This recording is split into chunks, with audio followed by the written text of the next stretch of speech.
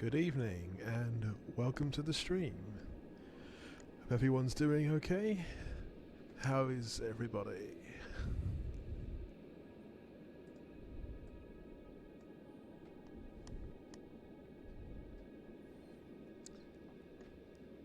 Right, this evening,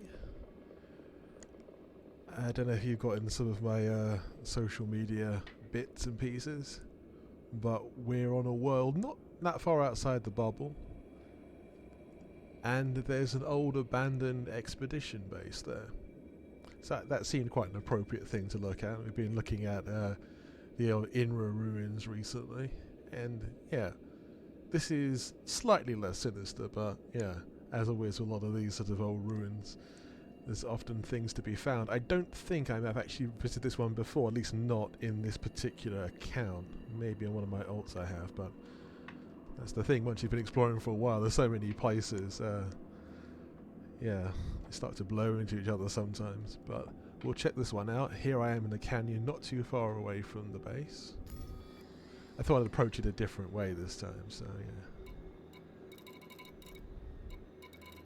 yeah. And it's not actually showing up on the local scanner, but it's nearby anyway. That is definitely true. It'd be amusing at least to sort of do some canyon running for a little bit. Something about the crate, it's a wonderfully manoeuvrable ship. He crosses his fingers when he says that. Yeah, thanks Trillic. Yeah, I'm doing okay. Just sort of cracking on with it, I suppose, as best I can. As you do.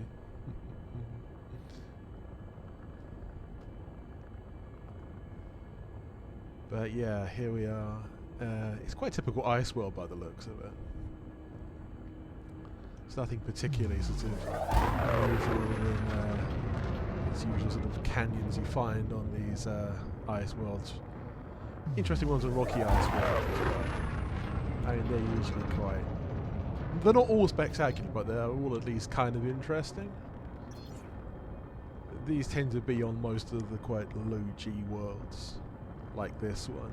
This is like 0.04 G, so it's like, you know, less than 1/10 of Earth's gravity. Less than 1/20th actually. So the local gravity is very low. That makes a wonderful SRV jumping. You can jump a long way. Sometimes even across canyons if you're lucky. But yeah, the only the upside of these sorts of low gravity ones, apart from the jump, is you've obviously sort of got these more interesting features like deep canyons, higher mountains, just more sort of geography generally. Problem is with a lot of high G worlds, like 1G and above, they tend to be fairly flat kind of places, which is, I don't know, that's something that's going to change in the new sort of planetary generation updates for Odyssey. But it may well do, because obviously, like, for example, the Earth is, I know, it's Earth-like world and what have you, but it's got a history of volcanic activity and various plates colliding with each other that force up mountains.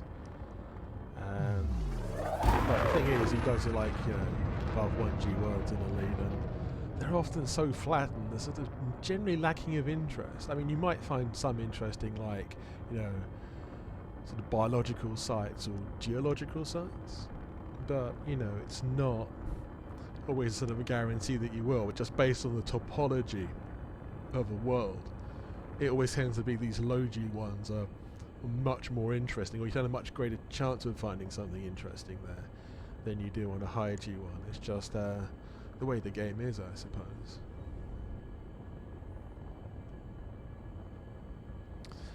But yeah, I've always liked the look of these sort of ice world. It's sort of quite pleasant. I mean, this one is, compared to some, fairly sort of ordinary looking, but it's pleasant enough looking.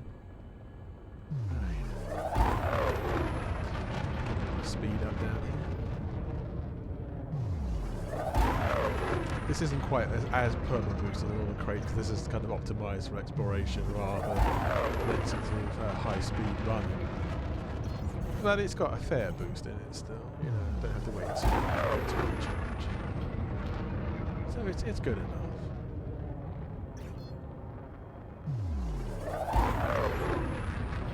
Obviously, some explorers kind of get to the point where they don't even have a boost at all. You know, they've downgraded their capacitors so much that the power distributor doesn't really sort of do much apart from just keep the system ticking over.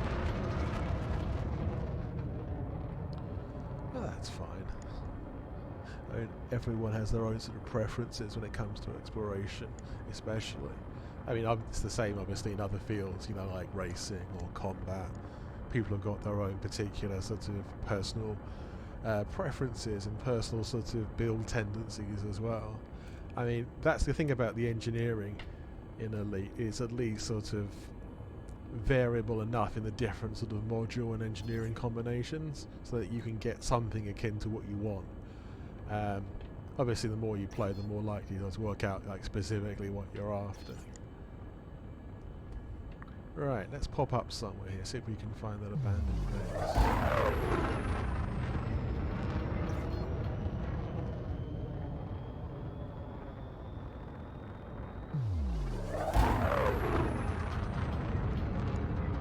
If I remember correctly, it's off to the side here somewhere.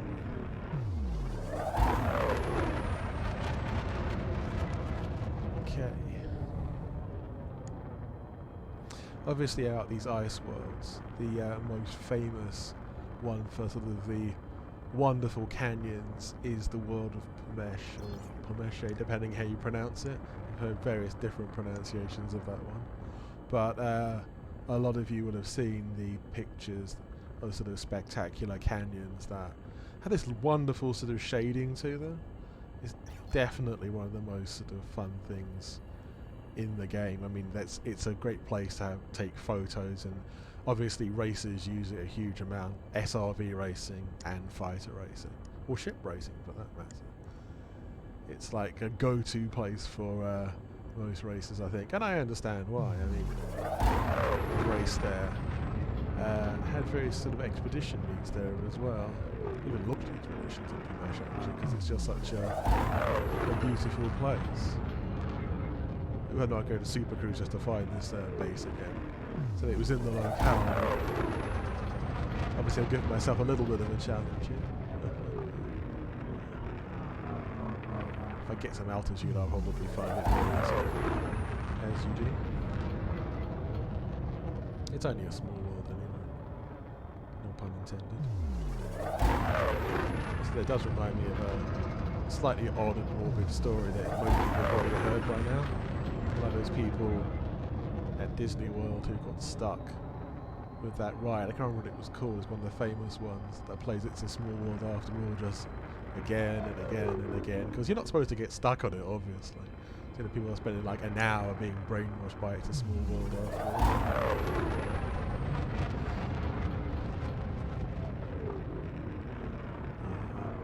I am beginning to wonder if I have to Super Cruise to find this place again.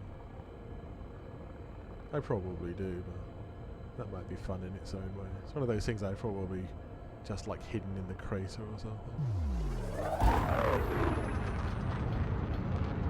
They'll not accept defeat. It's probably just slightly off in the coordinates. I will Super Cruise it. Let's see if it reveals it more quickly. It's all part of the fun in games.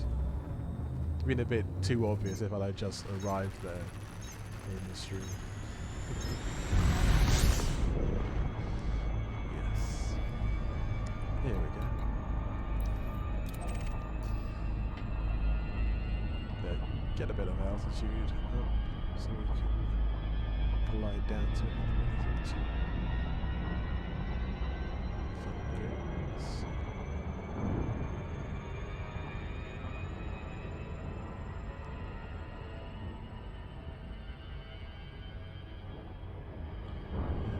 Back round again now.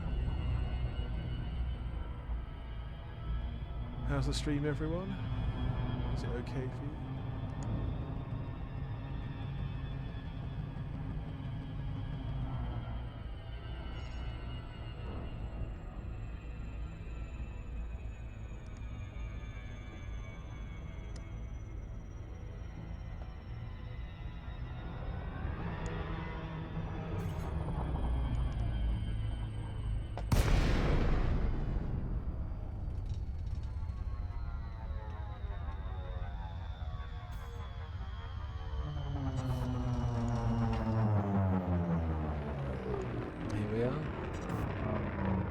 Observation Camp CN04.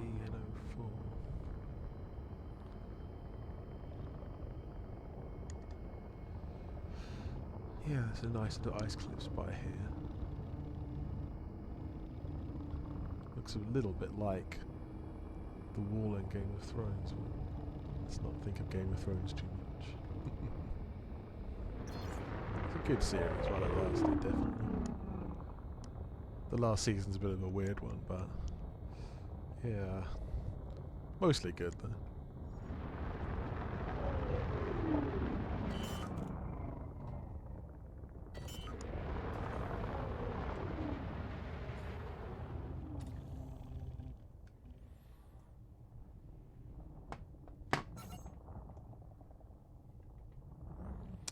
I've got to move that Super Cruise trigger. It goes off way too easily. The FSS mode Super Cruise trigger, I should say.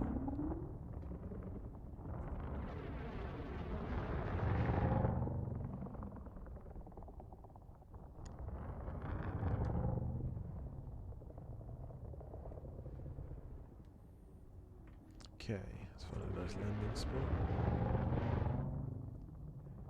Or where the computer decides is a good landing spot, I should say. As you may know, the flight computer can be very picky about where it wants to land. Actually, let's go a little bit closer. Might be wise. Yeah, that's fine. Okay.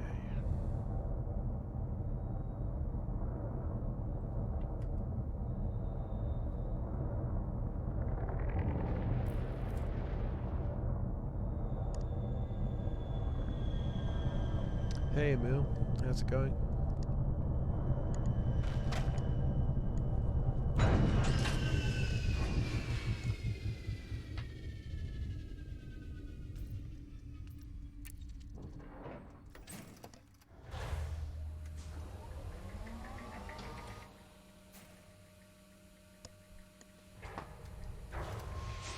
It's interesting to use my phone as a monitor, and it's harder to tell if it's just the phone's rate is slow, or the frame rate is slow, or if it's actually the game.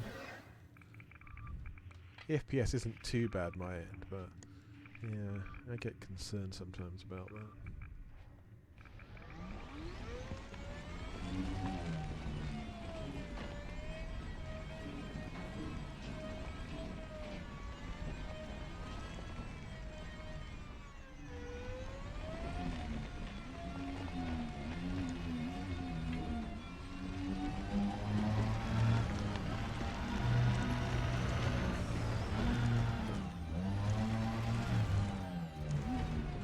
Oh, that's great. No, it's always fun to have some time off. Yeah, I'm doing alright. Just cracking on with things as best I can. I was actually just looking through my computer sort of specs recently and doing some experiments, and I finally got a way to stream stuff, which obviously I've been trying to do for a while, but via many failed sort of experiments. So I thought, well, this will be a good time to start, you know. For sort of like general exploration stuff, the new update of course, be useful for future expeditions as well. But just, you know, seems a good time as any with all the sort of lockdown restrictions in the world to start doing something like this. Okay, here we are. It's a little bit like Dav's Hope superficially, that kind of style of base.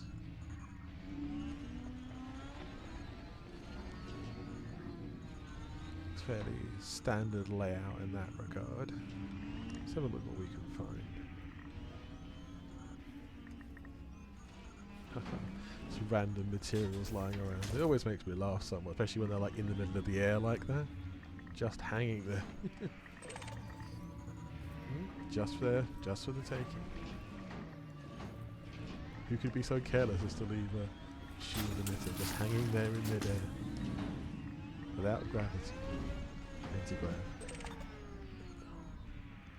Okay, let's get the comms log and find out what the hell they were doing.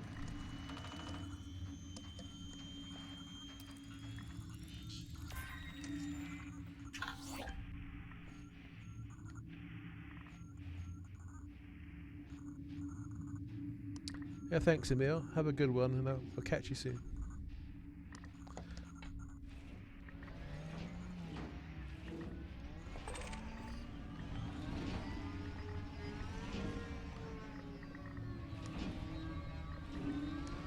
Another floating high-density composite. How carelessly they forgot to turn the gravity on. I think this is the same uplink we've just downloaded from. I'll try it just in case. Yeah, I thought so. What do they call this? I know what they call it, but it's just nice to have a look.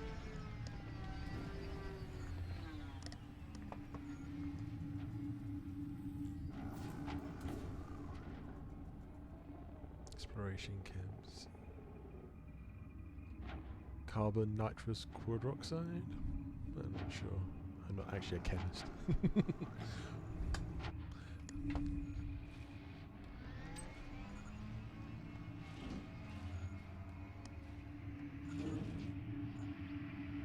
That's an active data point over there. I'll have to scan it, I think. Cool. And we'll do that.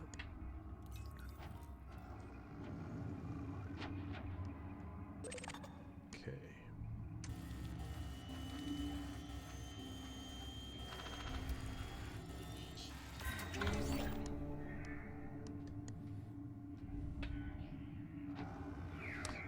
Let's see what we can find. What do we pick up here? Unusual encrypted files. Useful, definitely. For engineering. Ooh, missing explorers. I'll click on that once we've actually finished looking at the other logs. Let's discover logs from last time. I'll delete that. Let us continue.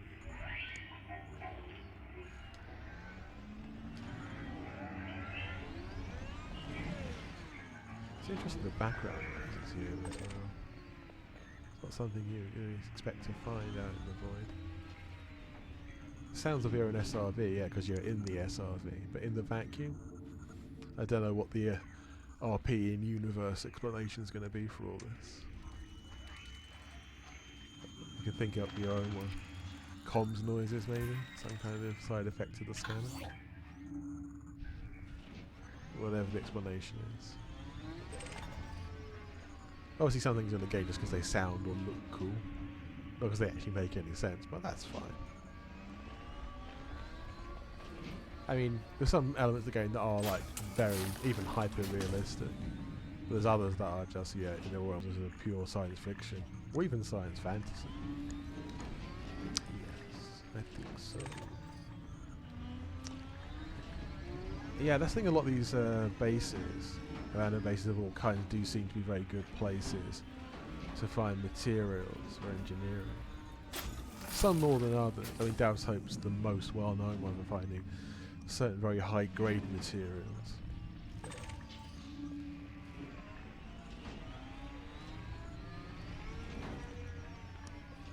Don't think the layout's exactly the same as Dav's Hope here, but it's very similar, definitely.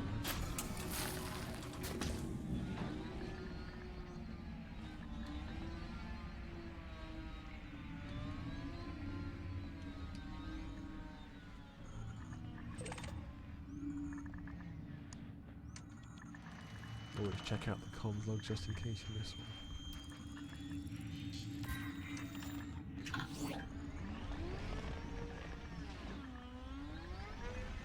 Okay, here we go. Yeah, I always try to look at the sort of details of lots of these places.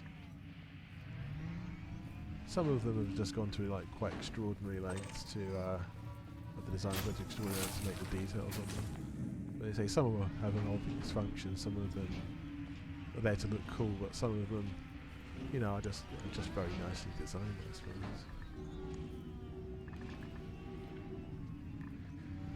So it's like the equivalent, I guess, of temporary sort of structures on Earth, except for ones that are more viable in a space environment.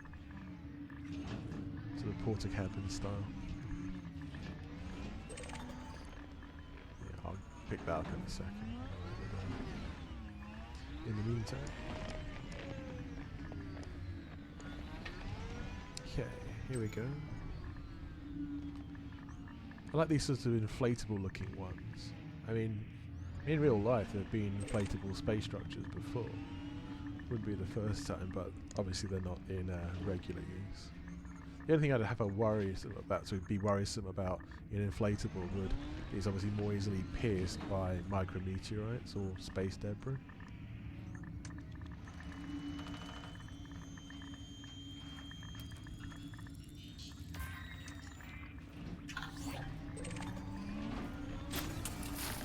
Look at these heat dispersion points found.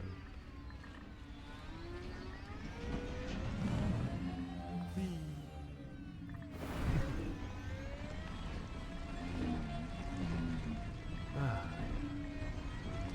always tell the main drag here has actually been quite well worn, but then you find it disappears at a certain point. Is that where the spacecraft to pick them up would have been? Interesting speculation. Definitely. Right, let's keep exploring the base to see what other clues we can find.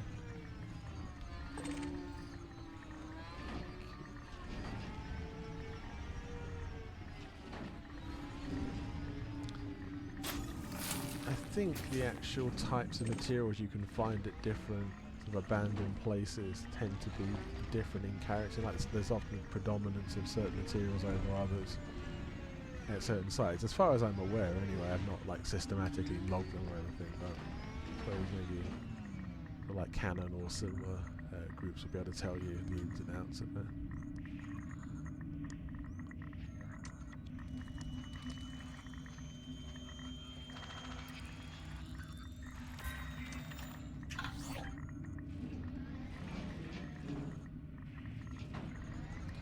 There's another thing over there I had maybe missed.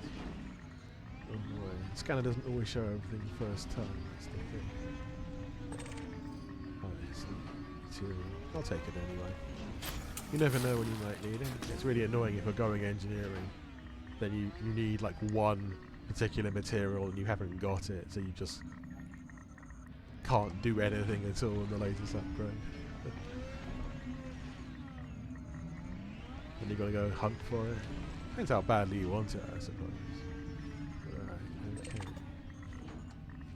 More comms.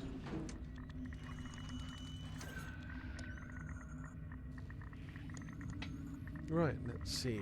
Have I found all the comms? Yeah, looks like I have. Let's listen to what they have to say. Actually, let's move somewhere slightly more epic looking before I do further exploration. Is that? Yeah, actually, that's a pretty good view through the sort of a gateway with the ice cliff in the background. Is that a mountain, an ice cliff? That's how high it is, isn't it? Yeah, I suppose you could call it a mountain. Yeah, that looks nice. Right, let's listen to what they have to say.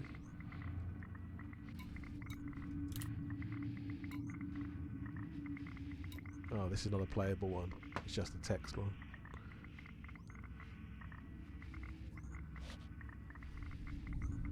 I'll read it out anyway, though. Yeah, that's the Explorer 1 out of 5.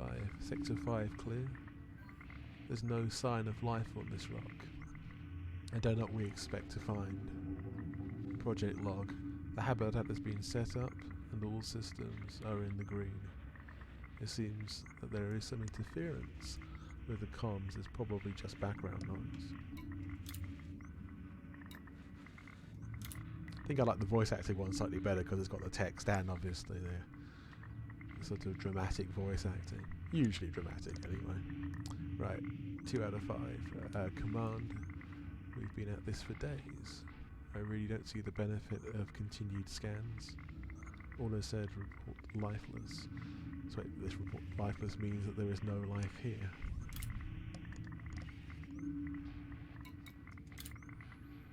Three out of 5. Personal log. I swear some command is messing with me here. Don't we all? They say go look, so we go look, but there is nothing out here. I don't care what the data says. 4 out of 5. Project log. Perry's reported back from Sector 26. couldn't make out everything due to the dam interference. But whatever it is, he's very excited about.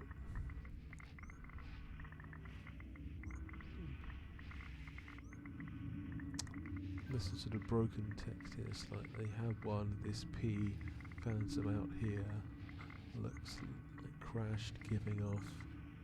Mission, effect, comms, get close, my god, this thing is huge. Jackpot here, thing, made noise. Make of that what you want. 5 out of 5, Project Log. It's been 6 days since we last heard from Perry. The search of his last known location has failed to find anything conclusive. He just disappeared without trace. That tire track just stopped. It makes no sense. Mystery indeed. No resolution to that one. As far as I remember about this site, I think I have heard of this one before, and it's one in a series. I think it might be one in the series of the Dynasty Expedition, Formidine Rift mystery kind of connections.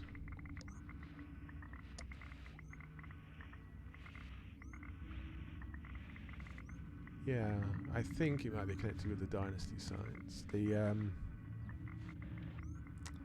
Dynasty sites were a series of sort of contingency sites, I suppose, where the elite of humanity were supposed to flee to after a unnamed enemy had possibly, destroyed much human life in the bubble.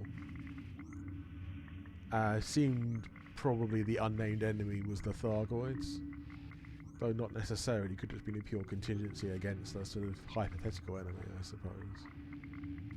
And there's been definitely a mystery that sort of had a series of investigations and like different clues at different sites that sort of led you on to other sites. And there's ones deep out in the conflux and other places as well. I say the conflux, I mean the nearer of the confluxes.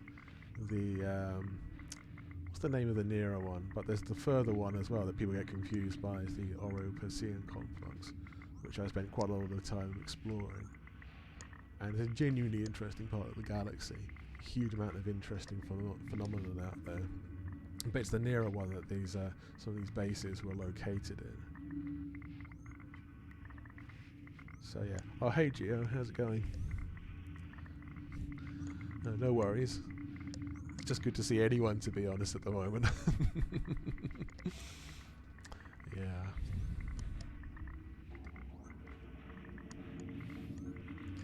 No, it's always good to have anyone here, because it's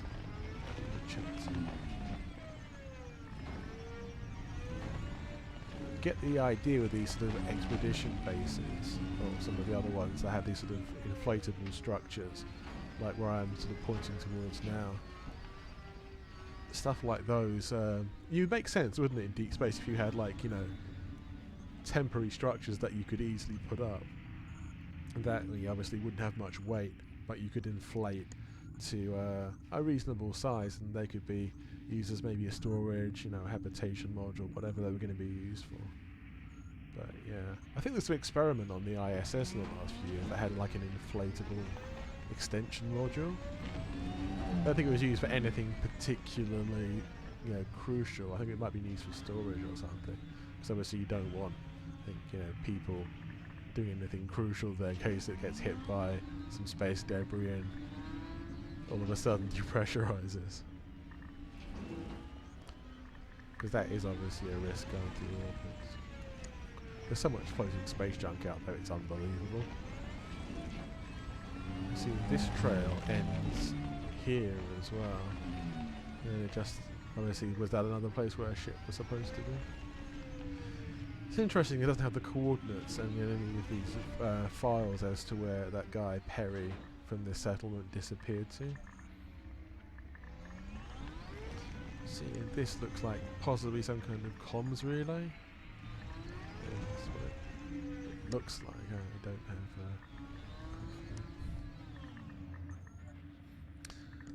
That's not a problem, Gio. We all have these sort of days where we can't type properly.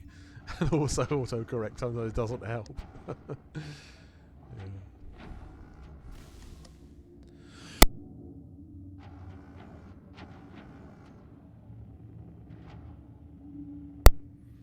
in good old-fashioned primitive tradition, let's have a bit of a shoot at it and see what happens.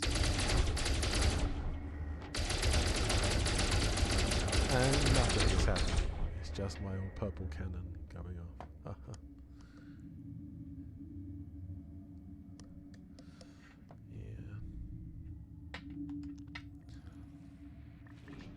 Don't worry about it. As long as we can understand you, you know, it's like we don't. I don't think any of us like professional typists or secretaries or anything. So.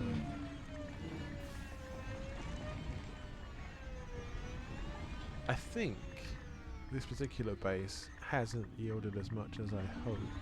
It's an interesting location. It's quite picturesque. I do like it.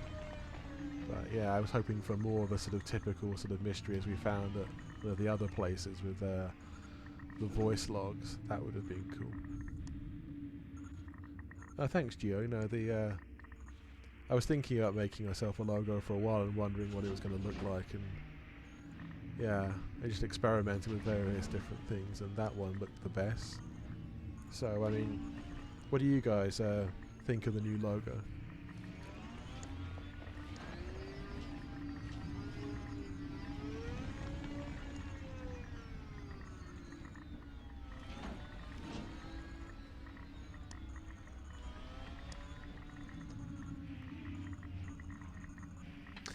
I think I may actually fly away from this place quite soon.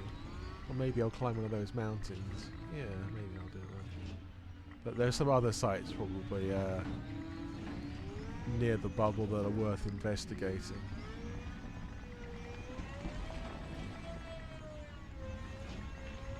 Probably one with cool comlogs again. Those always seem to be nice places of interest to visit. I think I will do that actually. That makes the most sense. Actually, if anyone's got any particular requests in the chat of places that they like to go, as long as within like easy shot of the bubble, then I'm open to suggestions. I have a few ideas of my own, but just in case anyone's got some really good ones. Or even really fun ones.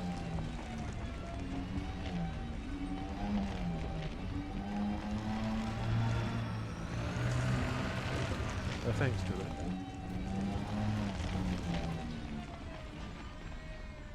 So the detail on the back of the ships as well, you see the little door there, the white one illuminated. I assume it's supposed to be like the official entrance to the ship. They've got a little guardrail and everything on it. The only thing with one of the things the new update isn't doing is ship interiors yet, which is a bit of a shame because, well, I had literally years to work on that. I know station interiors is, you know, a big thing, but each ship obviously would have like a standard interior anyway. I mean, I don't think, you know, you can have one that's like not get customized and then change them later on maybe. There's various ways that could be done, but I mean, I hope so.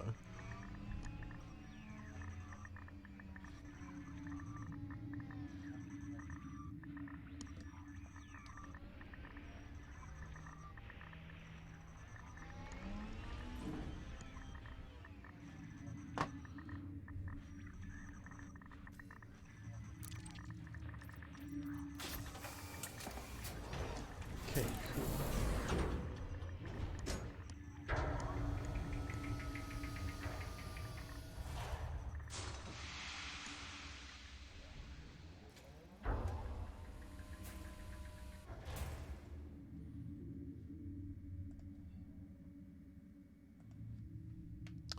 Right, just bear with me for one moment.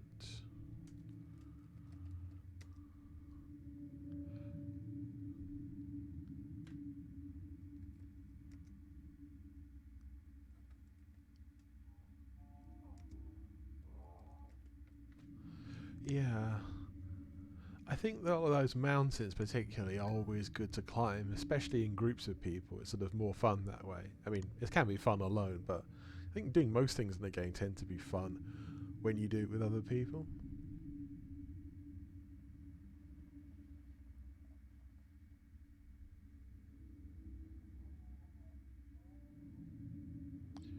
I suppose that's obviously where a sort of event sort of come from, or because obviously you can have friends you can interact with. But yeah, mountain climbing as a group has always been particularly funny because You know, what happens to people? Everyone makes sort of some mistake, or the SRV goes rolling down the hill at some point, or even falls off the mountain completely if you're unlucky.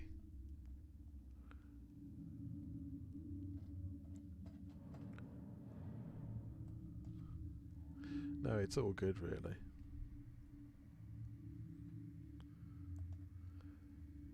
I think, yeah, the mountain climbing ones are definitely some of the most dramatic and amusing events because no one ever takes quite exactly the same way up. And in lots of these places, they can be so variable. I mean, places that look really simple can often be absolute nightmares to climb, and vice versa. There's places that you think that looks near vertical, and yet it was actually quite straightforward to get up. I suppose that's quite like real life, you know. So it does make me laugh. That's just the way Elite rolls, I suppose. That's an interesting question, actually. I don't think has been asked so far that I'm aware of about the new Odyssey update. If the terrain is going to be regenerated, how will that affect the SRV's performance on the terrain? Like, if you're going up, let's say, an icy mountain on a world like we're on now, how is that going to actually affect the traction of the SRV? How much it sort of skids along? Because obviously on an ice world, being icy, it slides all over the place because it's got a very little grip.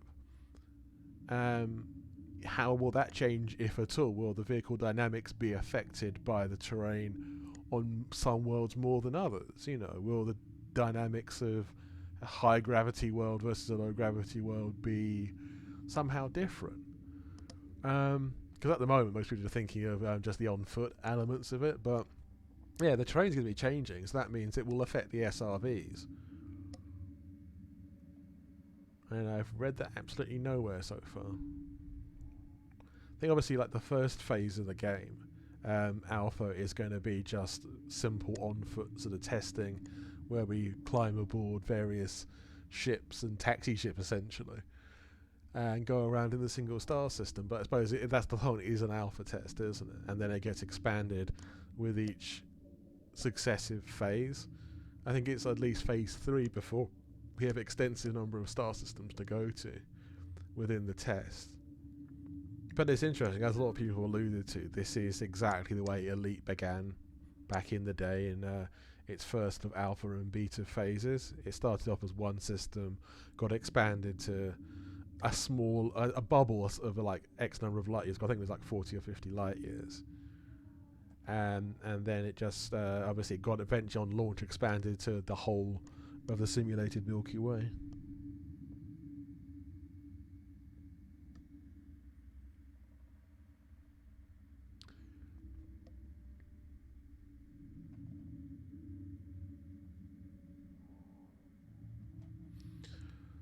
Yeah, it's all. There are so many questions so far. I think because I think as the developers and other people have pointed out, Odyssey isn't just really an update. It is an update in the sense of, you know, you're getting the Elite experience expanded, but in a sort of code sense, it's really an entirely new game, using the data of the existing game as a blueprint. As in, like, what ships you have, what planets are called, etc., etc., what discoveries have been made, and their sort of, data characteristics. But really, Odyssey is actually like a completely new build game along the lines of Elite. It's a code refresh, basically, as people call it. It's interesting how these terms always change over time, but the world is a constantly changing place. Now, so the rate of change is higher than ever before in the history of our species, actually, if you think about it. Like, even in the 20th century, the pace of change just increased and increased and increased, and it showed really no signs of slowing down. I mean, these days, a decade, there's more change in our society than there actually was in our technology and in so many areas of life than there was in, let's say, an entire generation or two in like our grandparents or great-grandparents' time. I think some people do find that kind of disorientating and quite confusing.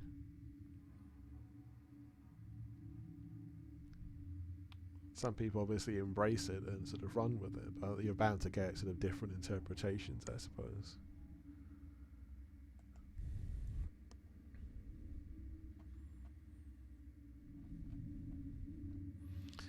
don't think there's any of the Guardian sites near the bubble. I think there are some, aren't there? Yeah. I will probably have a go at one of those.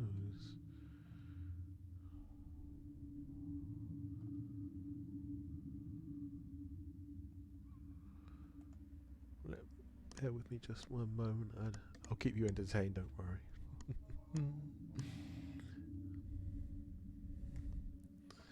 But yeah, the Guardian structures are, if you've never been there, it's definitely worth a visit. They are dramatic and unsurprisingly very alien places because they are a completely different species.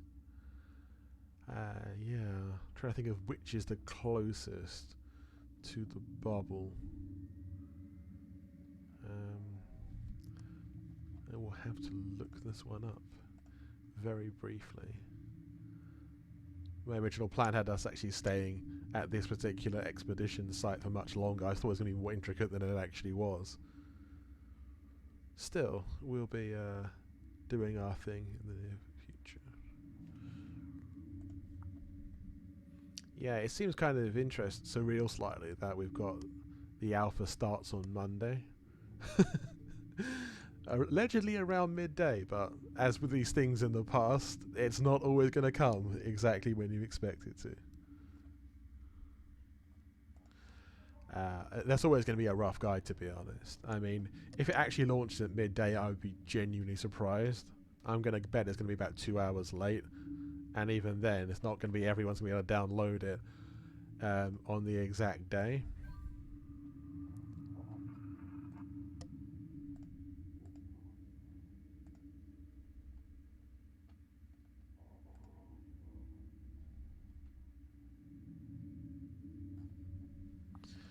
But that's kind of normal for the major updates. Well, this isn't technically a major update, it's the alpha access to a major update. It's still probably going to take a while to download, isn't it?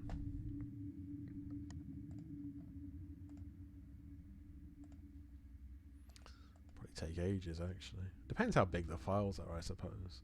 I mean, being a brand new, completely new game, it's going to be interesting.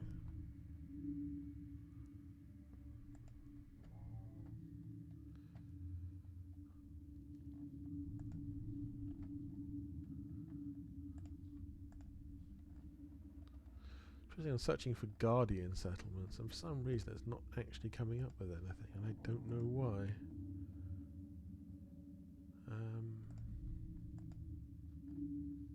It's very odd. Very odd indeed. Yeah, I don't understand that.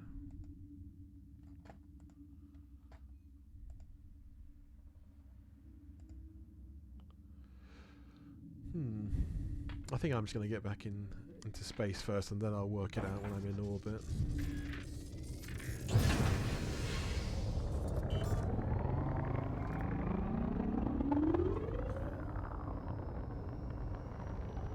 It's a nice view, anyway.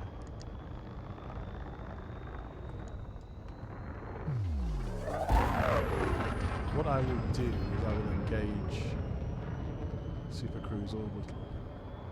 And so we'll have a good look at this planet as we go around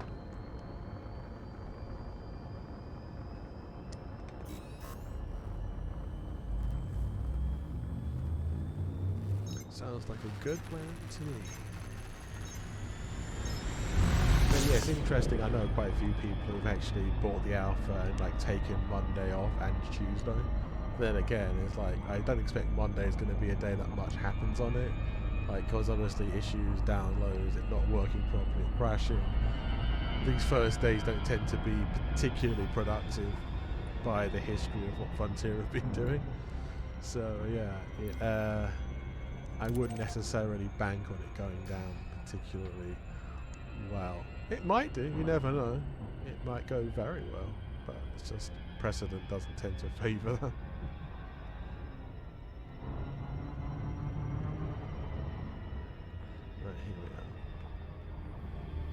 See if we can enter some kind of productive orbit around this body.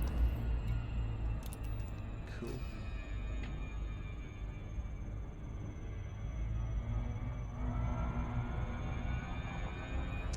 Yeah, this is what Super Cruise is good for. People who poo-poo the idea and think it's a waste of time, Super Cruise Assist. Apart from on trading runs or anything repetitive in the bubble, it does have its uses, and this is what it's useful for as an explorer.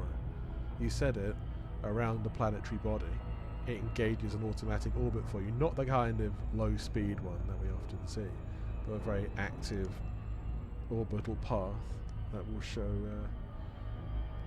you the whole of the world, really. So, here we go.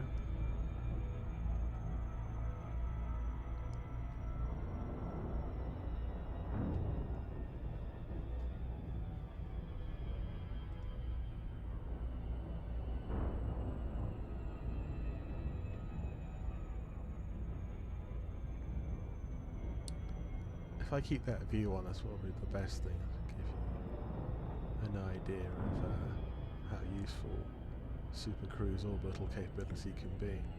See, this is it. It's just, this is completely automated. I've completely let go of the controls now.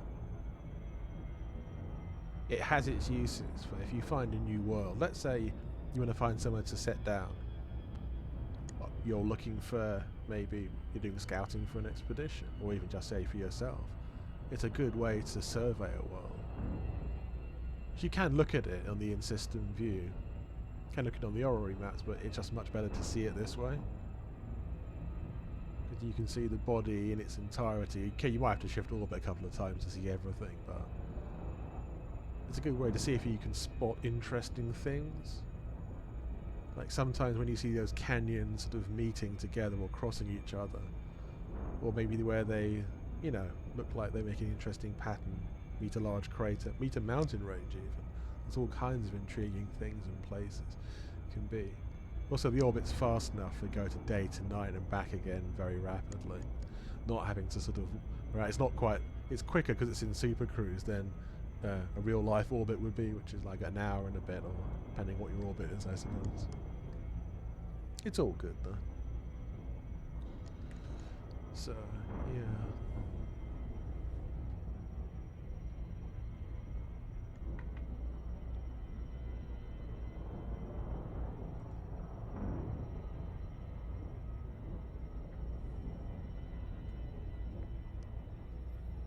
It's very pretty, definitely. But that's one of the main things about this as a game.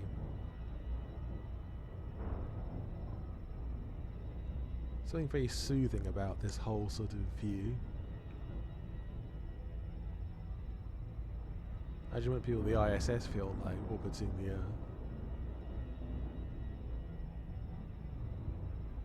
As it sort of rolls around and you can see all the details. Okay, there's more to see on the Earth, arguably, than there is on this particular world, but it's still cool.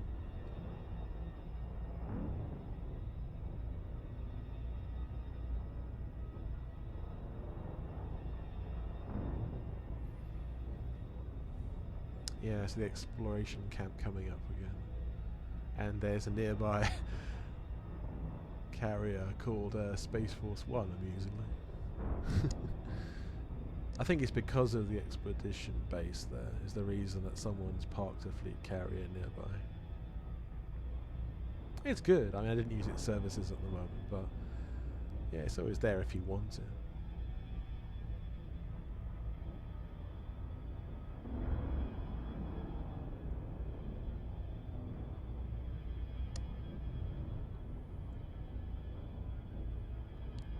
It's sort of very peaceful as it sort of slowly revolves around. Then you can see the sky sort of shifting too. I mean, the realism, so especially in like the higher res sort of graphics cards, really high end one, absolutely amazing. I've never actually used this game in virtual reality yet, but people recommend it to me all the time. Allegedly, it's one of the best VR experiences of any game. I mean, I can believe that. I mean, in 2D, this game is damn impressive.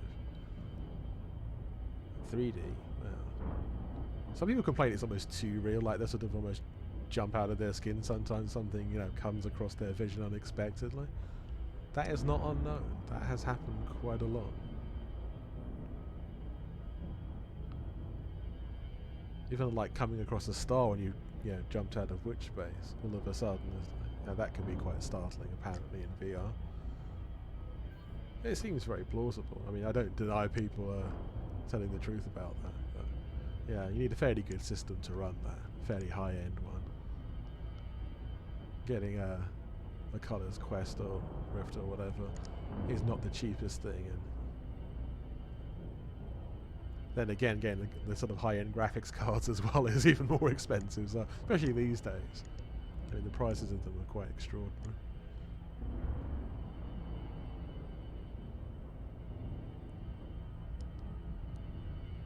Yeah, and a lot of that has been to do with Bitcoin mining, isn't it, or cryptocurrency mining.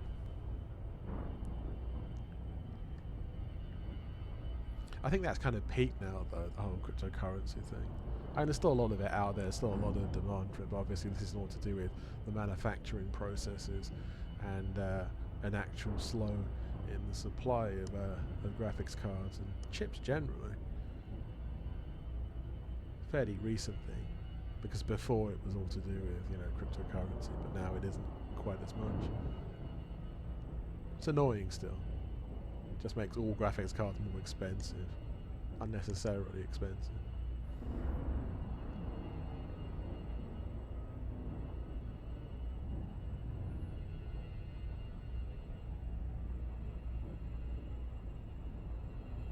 Yeah, I think Guardian site is probably a good look right now. Let us do this.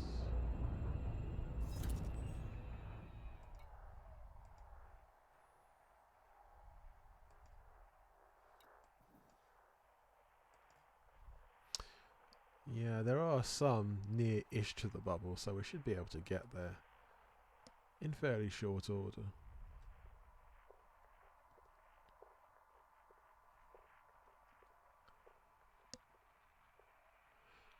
I'm writing this down.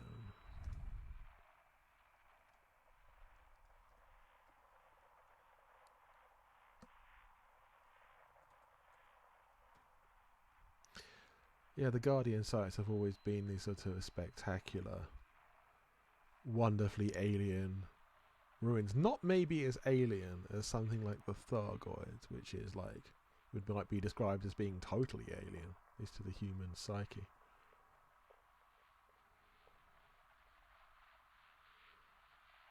Well, the Guardians is in like alien, but not like massively so, as in like seems more relatable. As far as I understand, the Guardians were vaguely humanoid, and the Thargoids are most certainly not humanoid. Insectoid, allegedly. But then again, there's never been any sort of, in recently, or any sort of clear descriptions of them.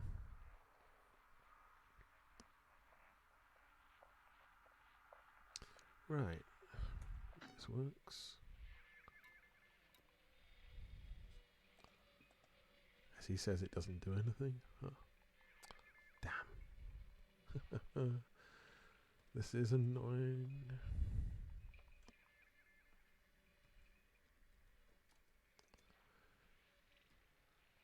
Can't it behave itself?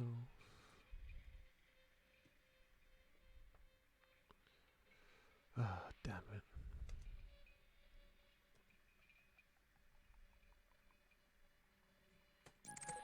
Ah, that's better. 600 light years. I think I can do that. That's probably about 15 minutes travel, 10 minutes travel these days, probably. Okay, let's do that then. Cool.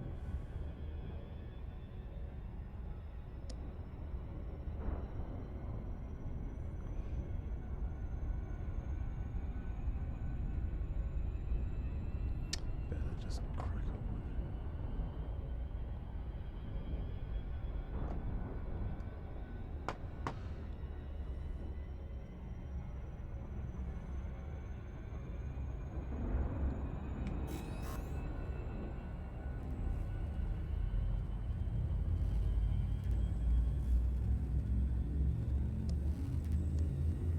Right, we're on our way to the Guardian ruins, or one of the Guardian ruins, I should say, the nearest one to the bubble.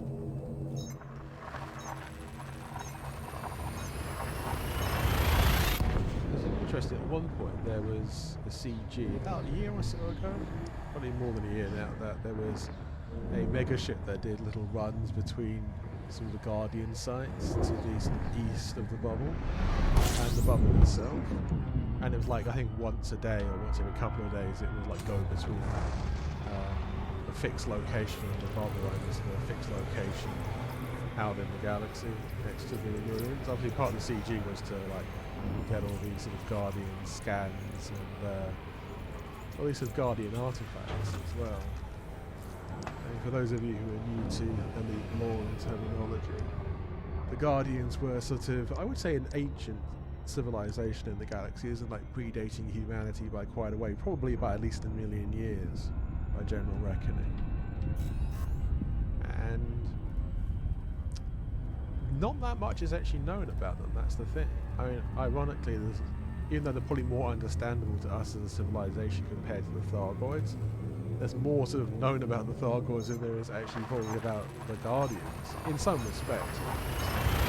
I mean, what we do know is that the Guardians had great technology. They were in summer civilization as well. But ultimately, they were wiped out by a combination of civil war, I think it was a disease, and an AI rebellion. The artificial intelligence rebellion being pretty much the final sort of nail in their coffin as a civilization. It's not an unknown sort of trope in sci-fi generally, though, the idea of an AI rebellion. Obviously, I think Dune is a famous one. There's been some in Star Trek as well.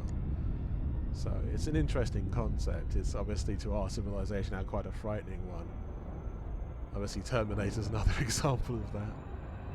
Artificial intelligence is becoming as, if not more sophisticated than human beings, and then rebelling against us and wanting to wipe us out. Thinking it's superior and us degenerate and inferior.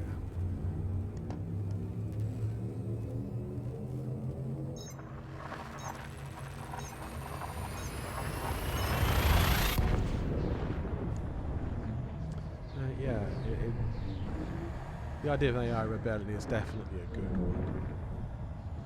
As in, like, a sort of, an idea for the game, something to sort of played out. It's not been said that much about the Guardians in recent years, though. I mean, there was a time when sort of new Guardian ruins were discovered on a sort of seemingly a weekly basis. But I get the impression that most, if not all, the Guardian ruins near the bubble have been discovered now. If there are any left. There can't be too many. I don't think too many, because obviously they had to be placed in the game. These aren't procedurally generated. They're all individually crafted locations. Obviously there is a certain amount of similarity between them, but they're not all identical. I think maybe the first two they found were, but after that they're all different. But there's variations on the theme.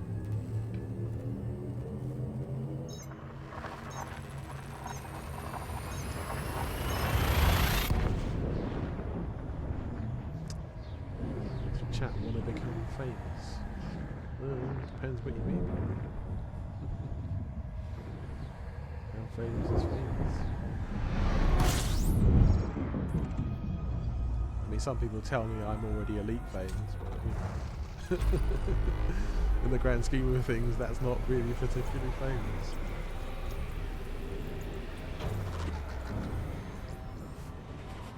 Having said that, that was told to me by a commander who was actually arguably more elite famous than I am, so it depends on who you're talking to.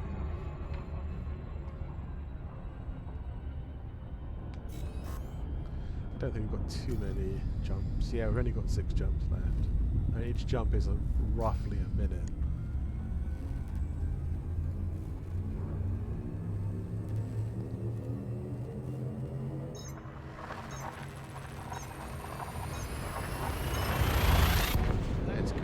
Hovering around for the 4 or 5 viewer level, which is pretty happy with at the moment.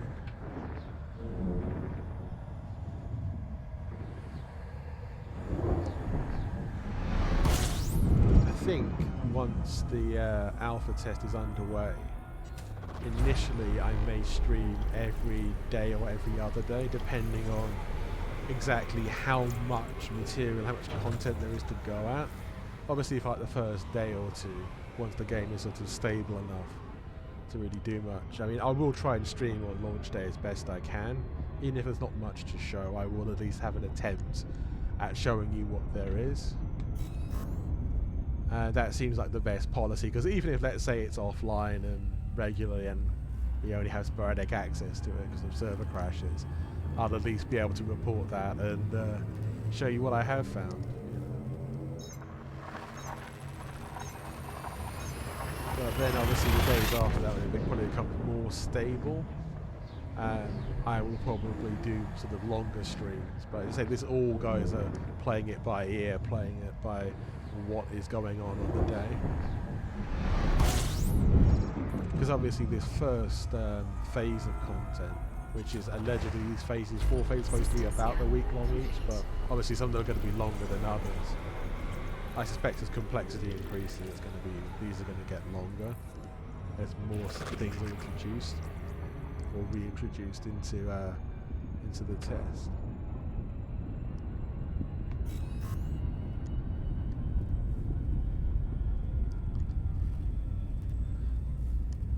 But yeah, it's like, at the very least, I think during this alpha period, I'm going to, at the minimum, depending what phase it is, as we say, and also what's going on at the game at any one time, I'll probably stream at least twice a week. I mean, depending on what's going on in sort of life generally, I might stream every day if there's a need for it. I say it so much depends on how good a job that Frontier have actually done with this. And if it's half as good as some of the stuff they've been feeding us in the last few days, we may have quite a lot to go at, even in the one system. So that could be cool. Because obviously, like phase 1, I'll find the link in a minute, but phase 1 is essentially like we're starting on foot in a space station.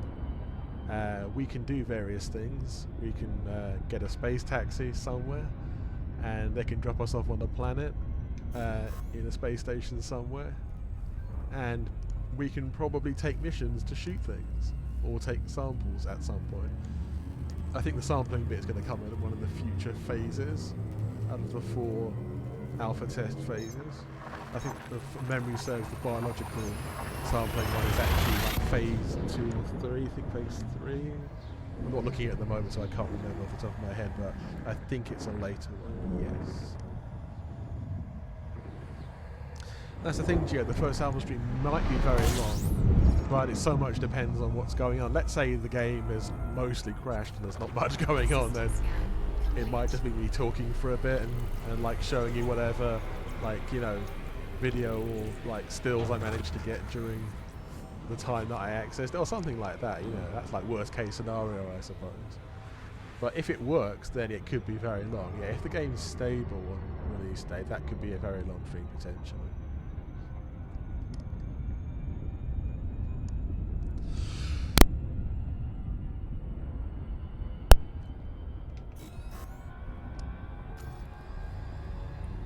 It's always the thing with either fairly new players or people who've just stuck to playing in the bubble about exploration, is that it's often that sort of, it's a leap of faith into the unknown you have to make to actually be able to cross these long distances. Because I think people often see the distances and think like it's like X number of jumps, like hundreds of jumps potentially, like, wow, that just sounds boring, all you're doing is jumping. It's like, well, no. It's like you can stop whenever you want to scan planets, to scan star systems, to, you know, to land and drive around. I mean, sometimes doing what I'm doing now, which is, you know, just honking and scooping, honking being scanning, and just scooping the stars from fuel as they go along. And that's if you want to get somewhere quick, or if you want to be at a certain place, and yeah, you just want to get there as fast as possible, like I'm doing now. But it kind of, it's like most things, once you get used to it and you get into a sort of rhythm of scooping in the star, scanning the system, doing the sort of honk, as it were. Honk's like the minimum level scan you do in the system. That reveals you like how many planets there and some details about it. But it's not like, it's not a detailed scan, that's where you have a detailed scanner where you fire little probes off. And there is also like an FSS scanner which does either sort of in-system but more detailed than like the basic scan. But yeah, so there's different levels of it. So you can go quite deep if you want to. But as I say, you have the option of doing like what I'm doing, which is literally like nothing, just going through a system and coming out the side. Oh, I think we seem to have reached our destination. Yeah, cool. Let's see, there's already a bunch of ships here because it's the Guardian ruins. Haha. Why should I? I'm not surprised, really, and I shouldn't be surprised. Yeah, it tends to be as a rule of thumb these days, since fleet carriers were launched, in almost any system there's anything of remote interest, of any ruins of any kind. Even the most mundane ones, you'll usually find some fleet carriers. Like, in this system right now we have one called Ultra Bomb. Ooh, that's a great name. USS Federal Challenger. Anvil. I like Ultra Bomb, that sounds like a welcoming place. What has it got going on for it? Service tariff. Okay, cool. Open to all. Let's land on Ultra Bomb then. Let's see what's going on. Because it's usually near a ruin anyway. Bear with me for a second.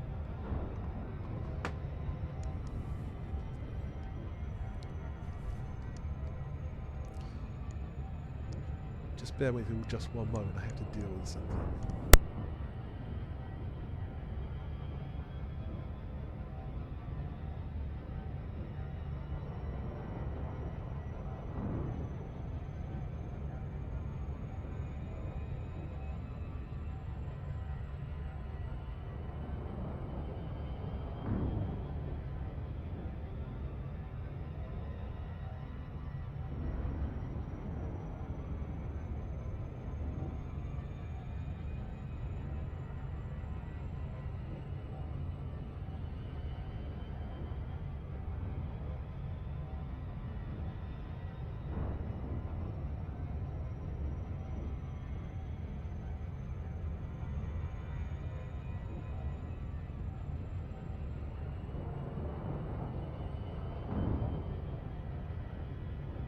Okay, sorry about that.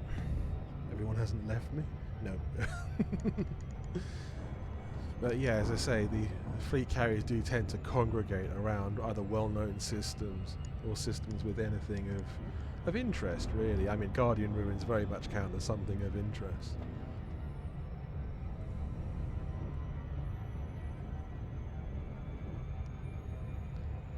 We'll naturally be going down to the surface in these Guardian ruins to see what we can find.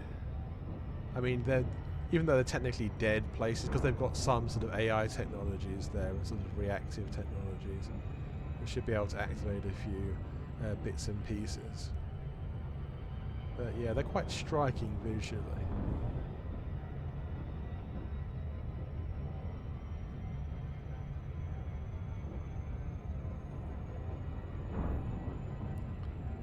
They're interesting places, to say the least. Yeah. So it's planet C4 that we'll be descending to. Body C, planet 4. Yeah. It's that one there. Actually, I might avoid Ultra Bomb, to be honest, and just go straight to the planet. How often do you say that in a sentence? I'll just avoid Ultra Bomb. That's a great line. It's possibly a completely insane line, but it's a great one nonetheless.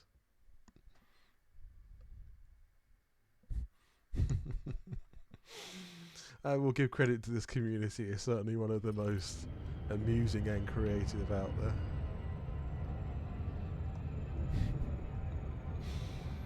Ah, awesome.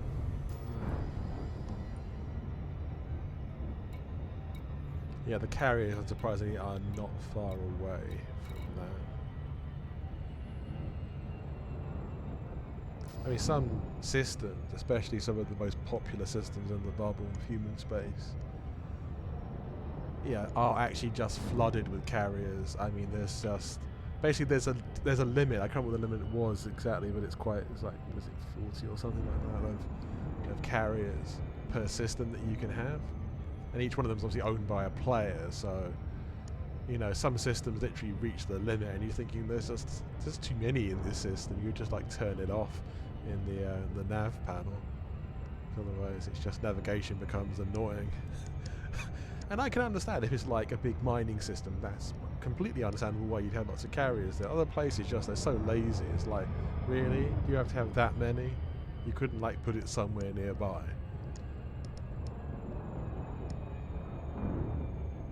Still. I mean, carriers are useful. They're basically like mobile stations. That's really what they are. You've got most of the station services that tend to be available at most carriers. Not all of them do, but yeah, mobile station is the best way of describing them. Hence, out here you've got the services of a fairly basic starport, just happen to be in orbit, which is fine. If you've got a damaged ship, yeah, need replenishment of some stuff, yeah, it's useful to have. Obviously, it makes like exploring the galaxy that little bit less hazardous than it once was, maybe a little bit less challenging as well. But if you're in need, you're in need. So, I mean, they're frequently on expedition. They tend to be used as again as sort of like mobile bases or mobile repair centres. I think people have started like taking, instead of just one exploration ship there, it's a jack of all trades for exploration. They started taking bunches of different ships because they can. The carrier will take more, and you like take a fighter. You're sort of take your core exploration ship for the actual scanning of planets and what have you, and maybe a combat ship with some fun, or you know, and a lot of people take racing ships. I mean, because a lot of racing ships are quite small ships anyway, so it doesn't matter if you get them destroyed. You've not lost a huge amount of money. The rebuy cost is not particularly large.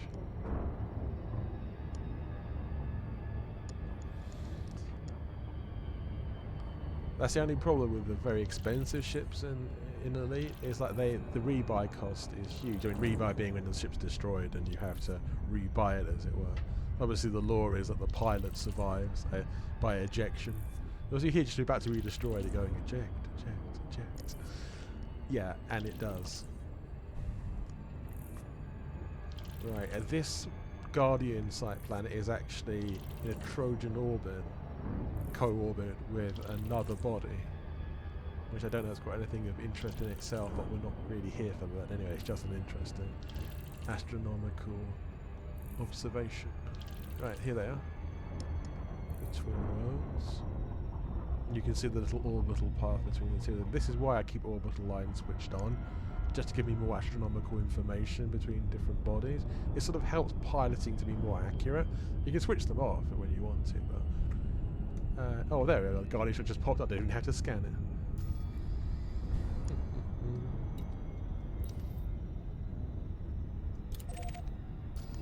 Maybe I've come to this place before. That sounds entirely possible.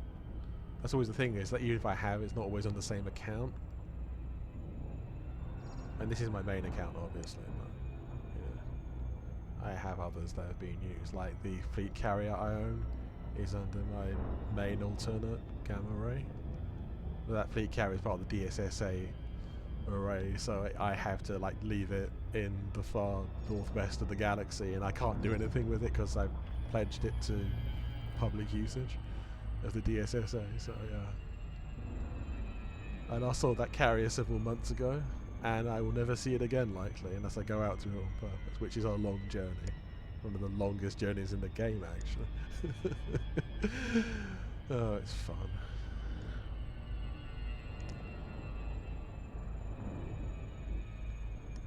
Still, in that part of the galaxy, there are no space stations, so it's basically that. And I think there's another fleet carrier about 4,000 light years away or something like that. So, you know, you've got alternatives, but there's not much in the way of alternatives. But that's the whole point of the whole DSSA project, was to try and build a sort of network of carriers, these sort of, you know, stations that exist at certain parts of the galaxy where there are no human space stations, there are no human settlements. These are literally like the only human activity for thousands of light years.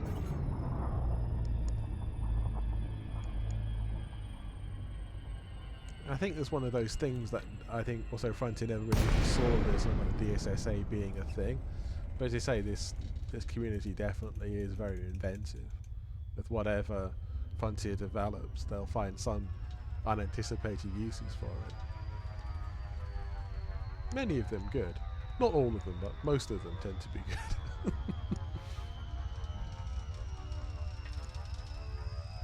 Okay, let's see what we have. It's a knife. It's on the side of the house.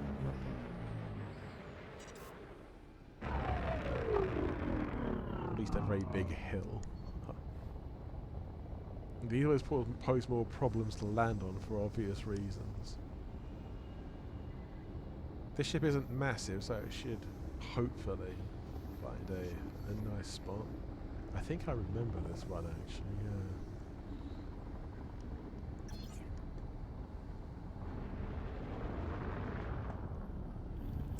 I will approach slowly.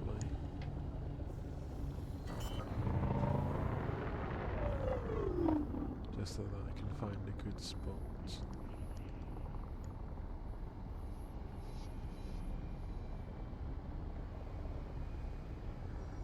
Some of these Guardian ruins glow in the dark, but not quite this far away. See, look on the scanner in the middle, the topography. It's quite jagged.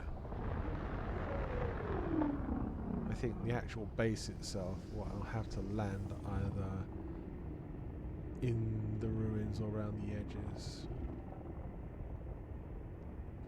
I think it's on a plateau, so I can land at the edge of the plateau.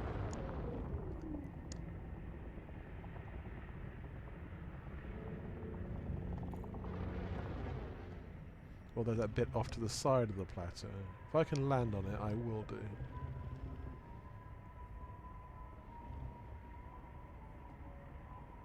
That kind of whistling noise in the background, I think that's coming from the Guardian ruins.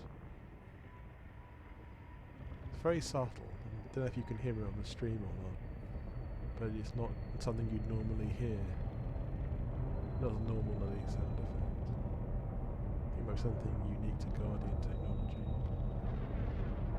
Okay, now comes the business of finding a landing spot. I guarantee I will be able to, but I will try. If not, I'll have to just find somewhere nearby.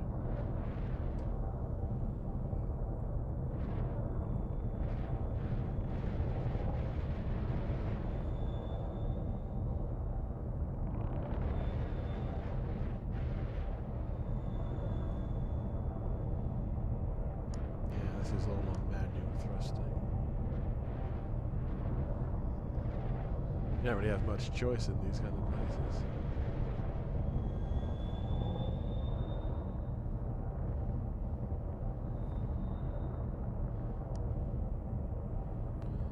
Pretty sure you can't land in the middle of these without anything large. I think that's true. You see on the scanner where the outline of the ruins are.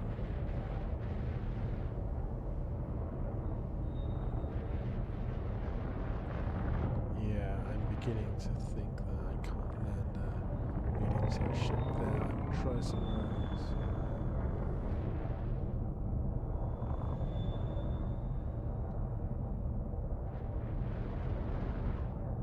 That's not a possibility. Let's try.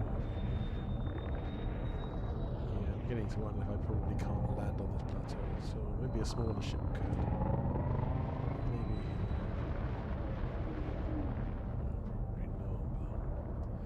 Worth a try.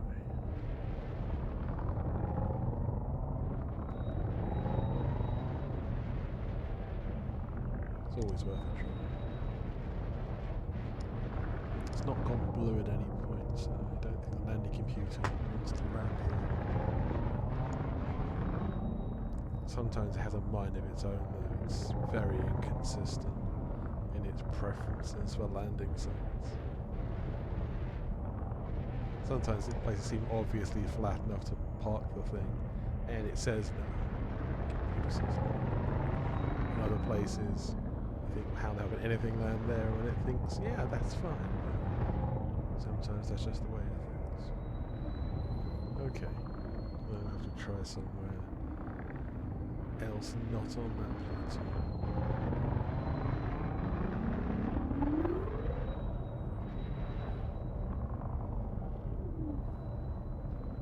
Down here. this is much of a challenge than anything else. I remember a lot of these Guardian sites seem to be in fairly inaccessible places. Landing with a small ship here is much easier. And this is technically a medium ship, so it's not the easiest of things. Now there's a site ahead that looks viable. I will try over there.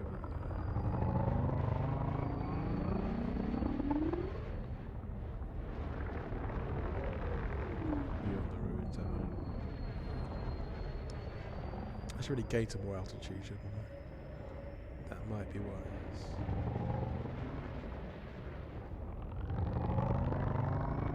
If I remember correctly, I think last time I was here I had to go some distance from the ruins just to park a spacecraft. Yeah, I'm beginning to think I might have to go something further afield. Not too far. Not like insanely far. More than I would like.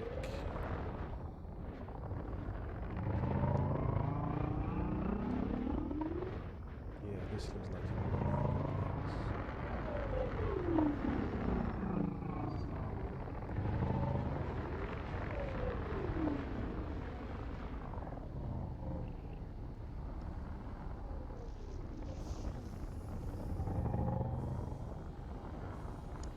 Here goes.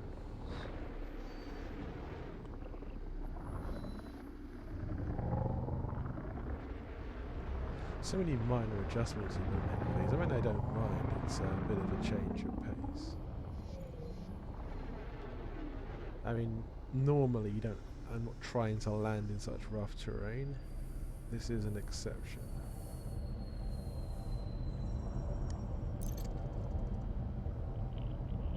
Definitely an exception to the rule.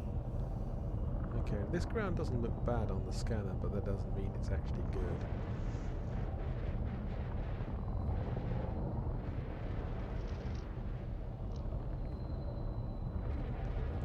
Very picky scanner.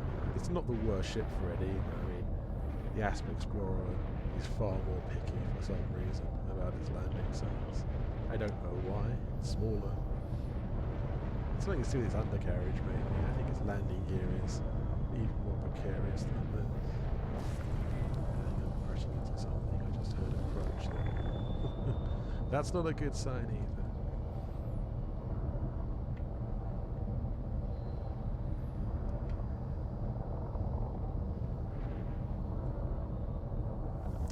Less crunchy sounds, please. No crunchy sounds if possible, actually.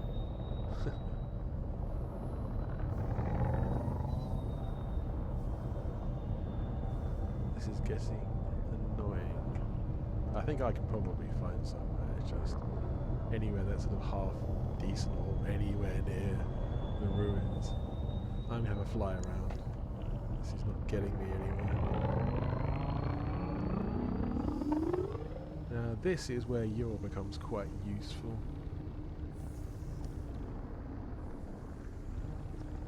This plane over here, well, looks like a plane anyway, might be better.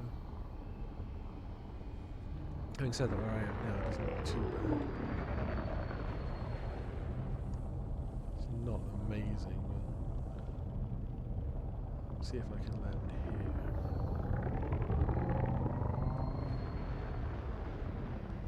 Maybe not. I'll just give it a go. No, it's not going to play ball, is it? Okay.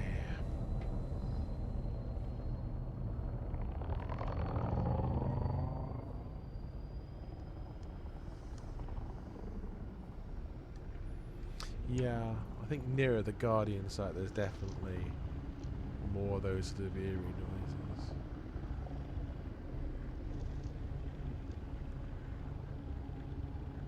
Okay, let's get some perspective. The Guardian site is there.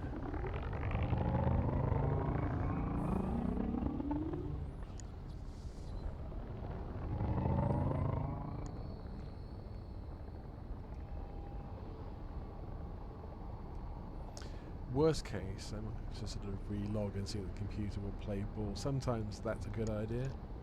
They'll solve a lot of problems in the game, but it doesn't always. by no means a guarantee.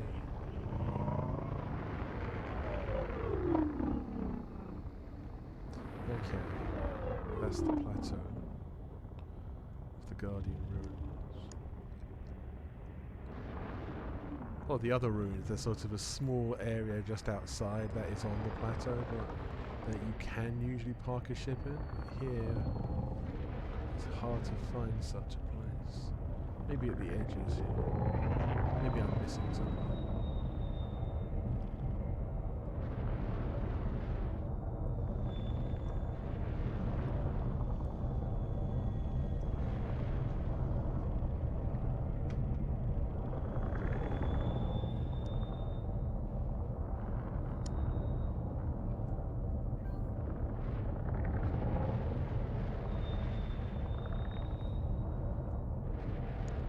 Maybe I am missing something.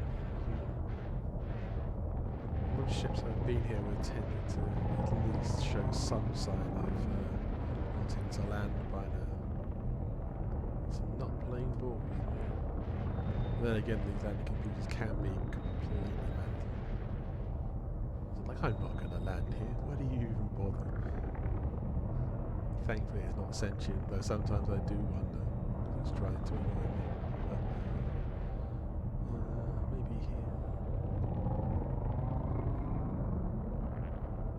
It's taking the pills. Somewhere, please. Anywhere would be nice. Anywhere at all. Please. Oh, maybe this spot over here looks quite good. This is not the most riveting viewing, I'll admit. Waiting for me to find a landing zone.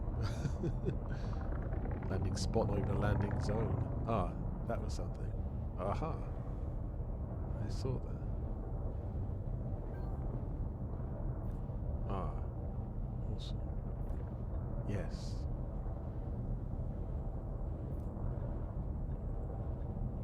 Good.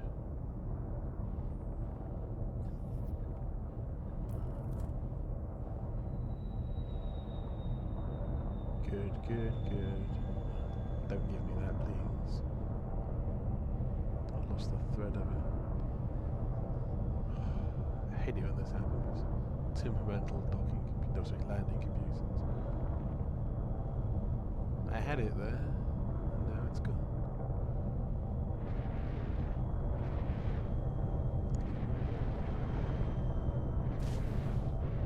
Another crap sound. Good thing I've got shields on this thing. Captain Crunch. Damn it. Don't toy with your landing computer. You saw there with the blue colour it's supposed to go for landing. And then it lied to me. It's a bastard.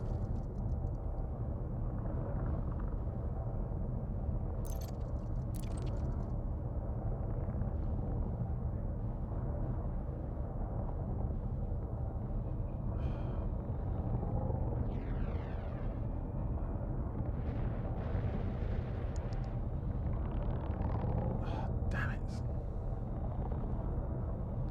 Almost annoyed.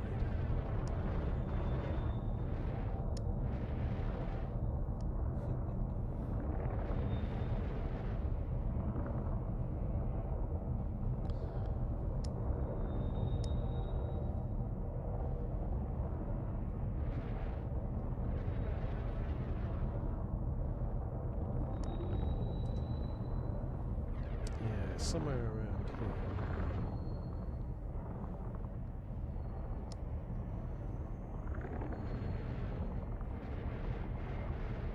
If there was SRVs around, I would swear that SRVs are trying to stop me from landing, because that sometimes happens, but not today. There are no SRVs here.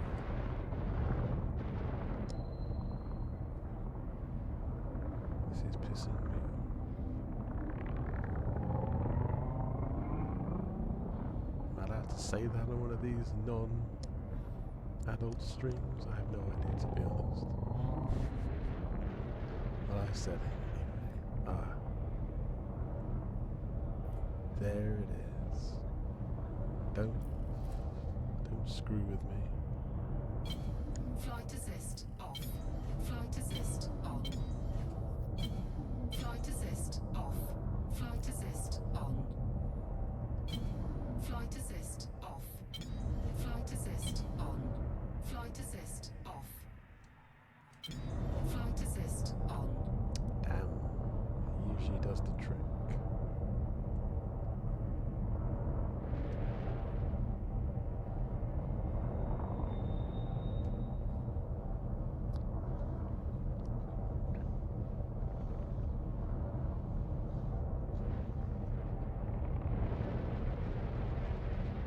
turning flight assist off will frequently let it drop into the right spot.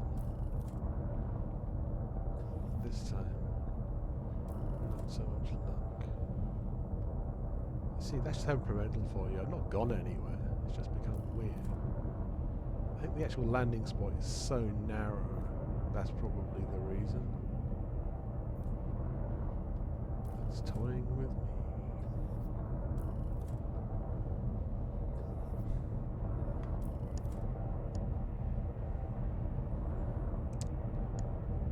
Welcome to Commander Yannick versus the landing computer.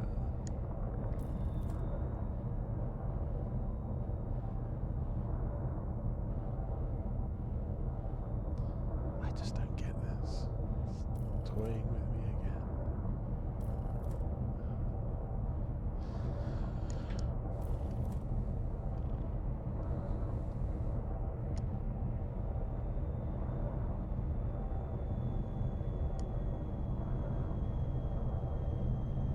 Damn it.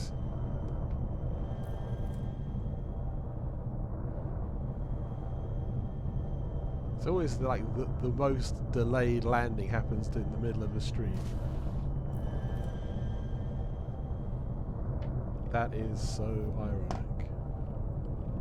Is it ironic? I have no idea really.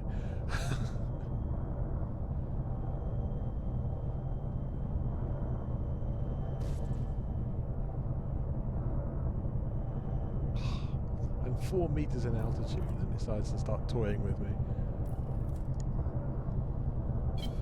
Flight assist off. Damn it. Flight assist on. This is almost funny, but it's not. Okay.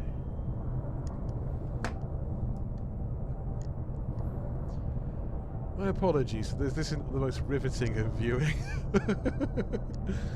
As he struggles to make the landing computer do the most simple tasks. No, it won't play ball with me.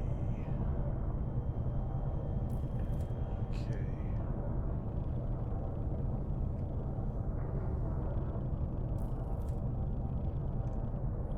It seems its window is so narrow it's ridiculous. Try and hold it and... Flight assist off. Yes! Flight assist on. A minor triumph.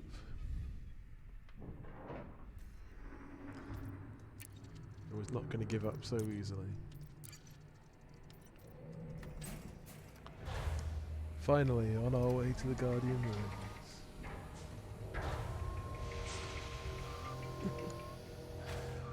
Yeah, watching art's fun, but that's more about, like, it's as much about the chat as anything else. I know this is obviously about the chat as well, but yeah. But to be fair, that's kind of symptomatic of Elite generally. There's a lot of, like, in-betweens before you actually get to the good stuff.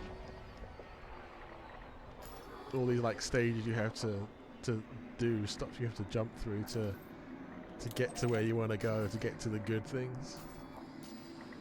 And it's not a game for people with short attention spans or want everything now. I will say that. It's a pretty obvious thing to say, but yeah. Okay, we are on our way. It's not far. Yeah.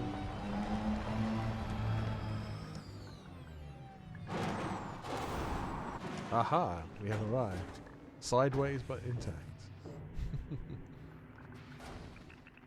Good thing this has got thrusters on the side of it. If it didn't, we'd be royally screwed. Okay, now I think some of the Guardian Defender drones, Sentinels over have detected my presence, as I can see them ahead. Yes, they have detected me, I think. Well, they haven't moved yet, they probably won't attack until I'm in a certain radius of them. Okay, let's have a look at the site. Yeah, here we are. It's... Actually, maybe I don't need the headlights as much. Actually, I probably do, but not for what I'm trying to show. I'll use your combination low headlights with this. That obviously is, I'm not sure what it's supposed to be, but this over here, the glowing thing, is very interesting. Because obviously I'm not sure its original purpose, but it's I think a Guardian data point of some kind as well. That sounds like the Sentinels ahead, but one of them has moved, but not the other one. See if I can scan this Guardian data point. Looks like it's some kind of hieroglyphs, I think that it is.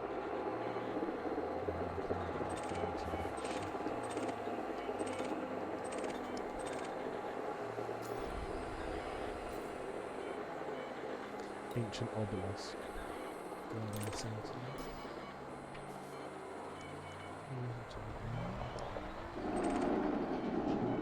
The obelisk. Sentinel obelisk. Right. We'll just scan this and then go back.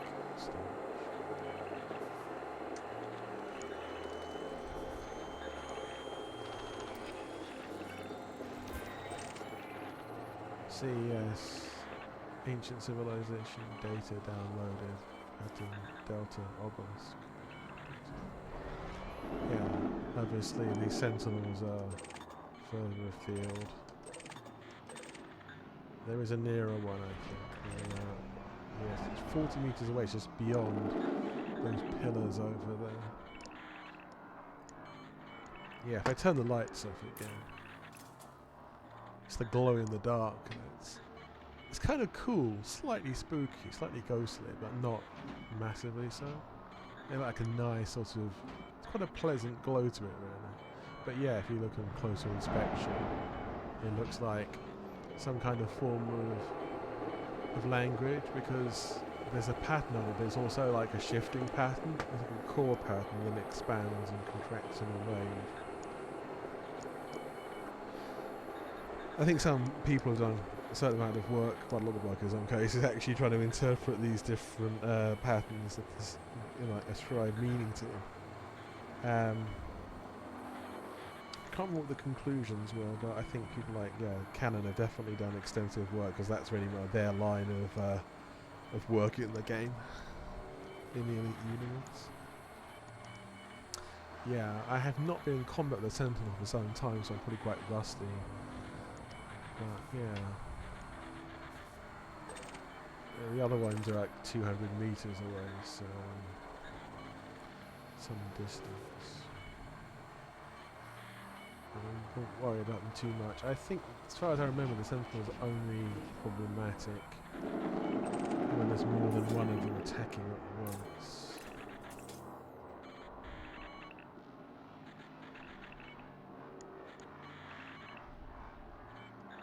I think I'll have to attack at least one of them to get by, but I will go elsewhere in the structure too, not just here.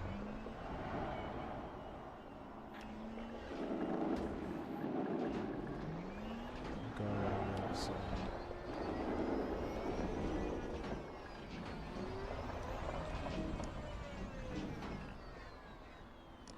I'm not drawing this from a map or anything, this is just more or less from memory and experience of these other places. Yeah, I don't claim to be an expert on Guardian sites. Oh yeah, someone's attacking me. Hello, Mr. Sentinel.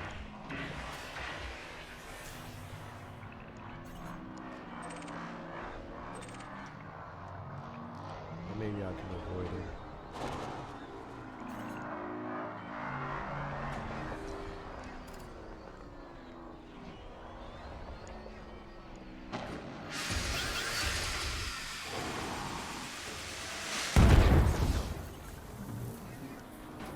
Seriously, go away. I don't care for you.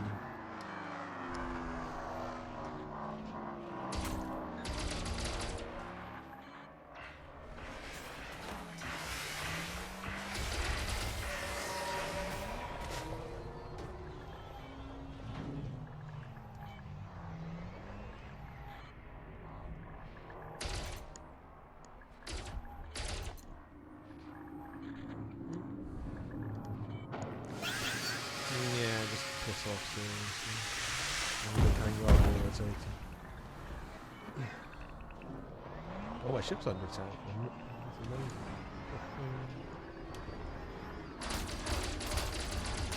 Yeah.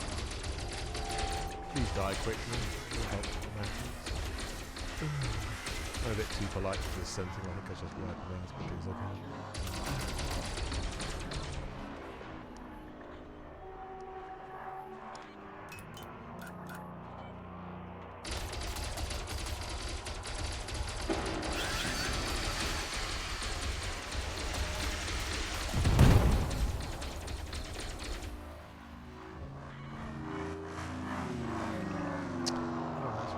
Blasting me off the side of the room.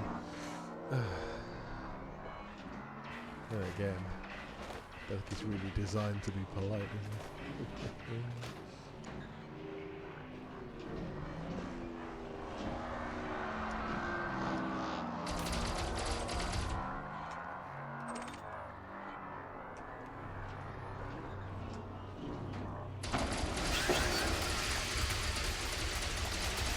I forget the tangents for these.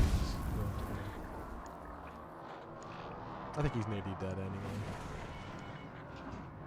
Famous last words.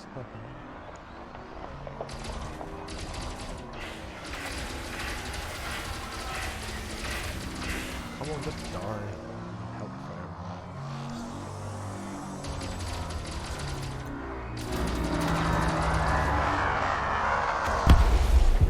thank you. Now I think he leaves some kind of debris that I can scavenge. They usually leave that kind of debris anyway. Ah, there. Got material, yeah. That'll do nicely.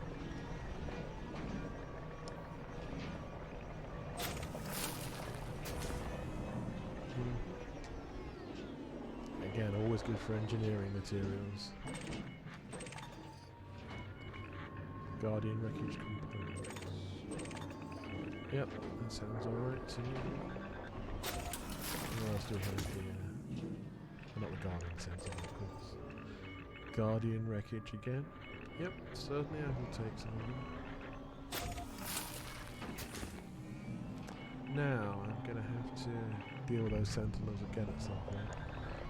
Hopefully not for a while. Okay. So I want to go towards the centre of the room. I'm not here particularly to gain any specific materials, just to have a look round. Now, if I can try and bypass the sentinels, that would be ideal.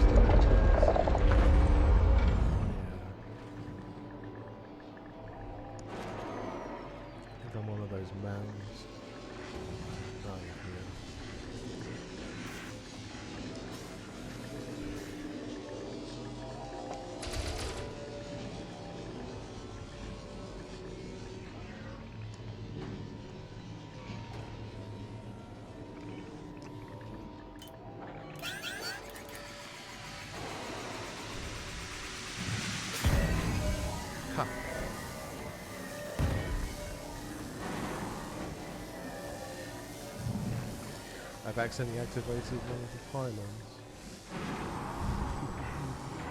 Which I didn't really intend to do. Done is done.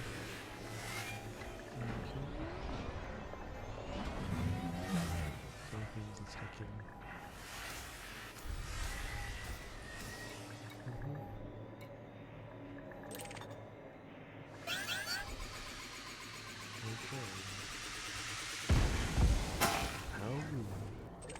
Okay, I better deal with the sentinels when they deal with me, I suppose.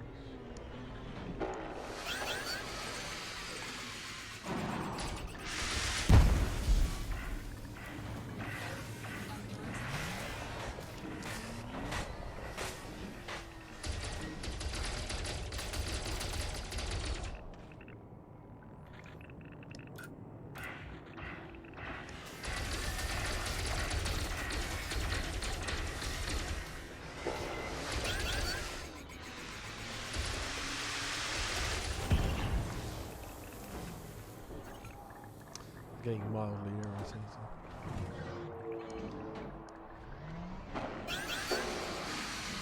The best way is just to close them down. I think that's the annoying part with the hit like that. I think they just keep you around. It's not so good.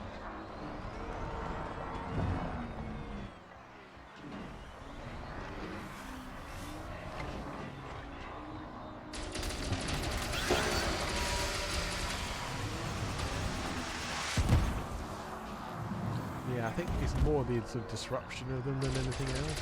The actual pushing you around. That's actually worse than the damage.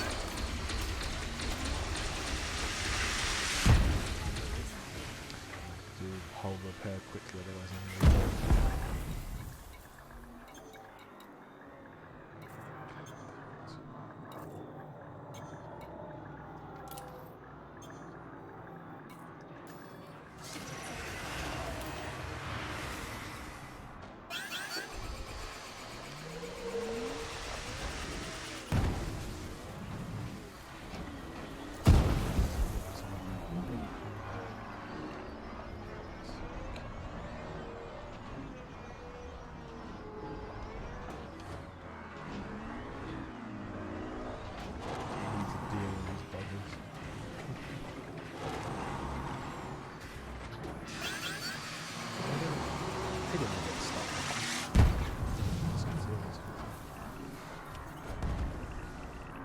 care my ship's under attack. They're not going to destroy it. They can't.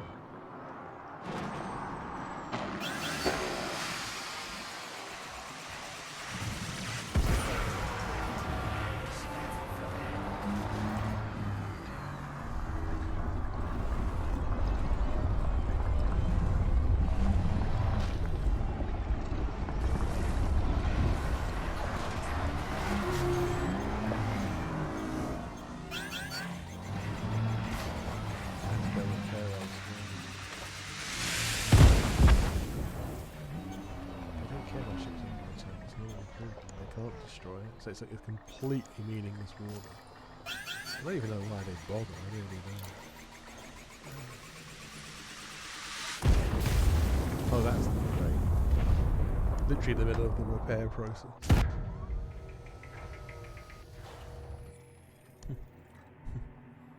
Yeah. Oh well. Ah. Lost one SRV that way. Looks like most people have left the stream now, which is a shame. Just got to the interesting bit. What I will do actually is have a bit of a fly past. That might be the best way. Turn night vision on.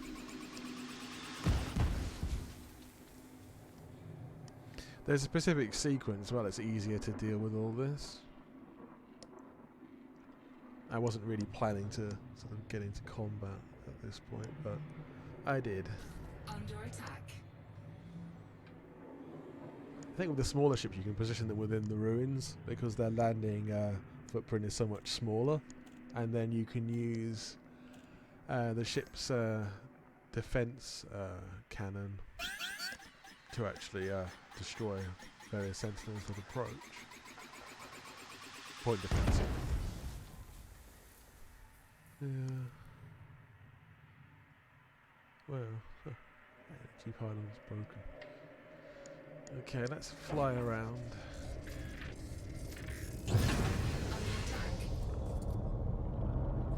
You literally can't harm my ships, I don't know why they're bothering. They're very strange, these sentinels.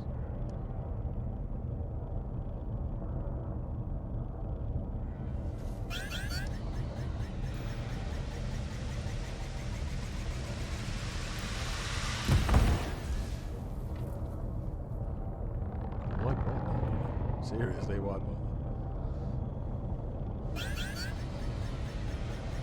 Well, that's least comical, I suppose.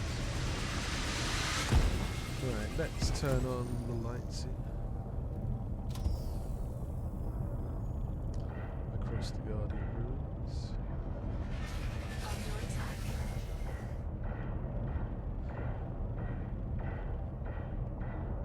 slightly better idea of what's going on. Yeah, see the point defense is taking care of it.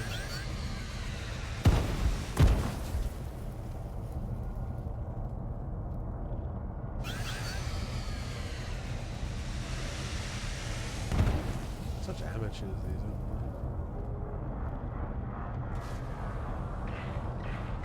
Under attack.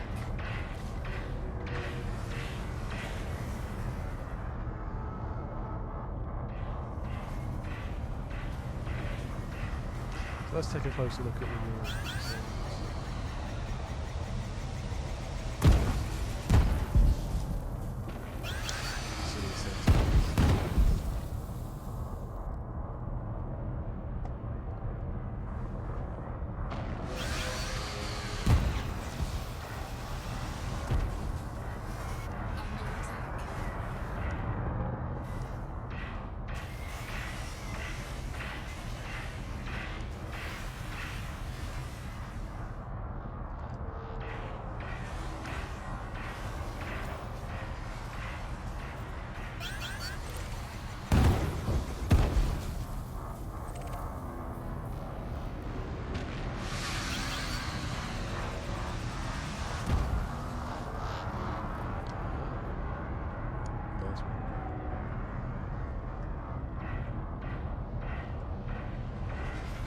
Yeah, if I came prepared for this, it probably would have been easy dealt with something.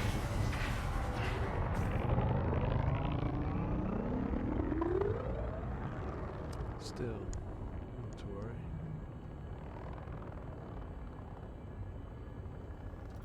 I came to an unarmed explorer, so I'm not really surprised.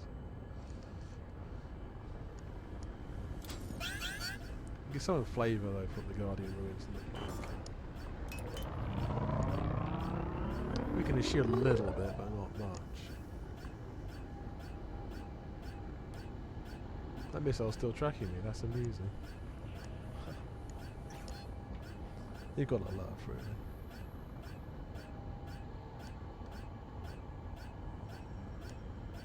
Well, I'm almost done 2 hours. Well, then again, I spent half of it trying to find the bloody landing site, didn't I? I'm sure that's probably when most people tuned out. Ah dear. No worries at all.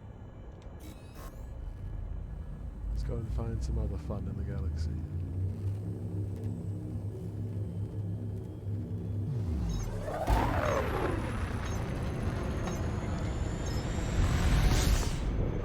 Thank you whoever's still watching.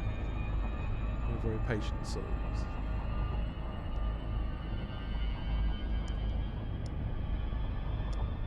It is amazing when I see people do like 4-hour streams. Then again, to be fair, I've done like 4-hour events and expeditions quite easily, so it's a matter of getting used to it, really.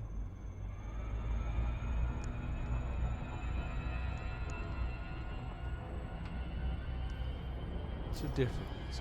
I will visit one of the carriers for fun, especially Ultra Bum. Gotta visit that.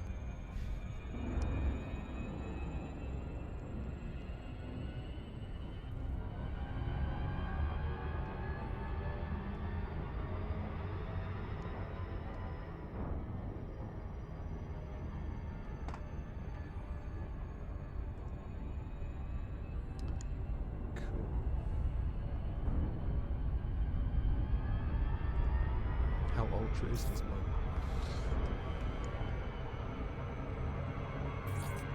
Well, we will soon discover exactly why. Or if it is at all.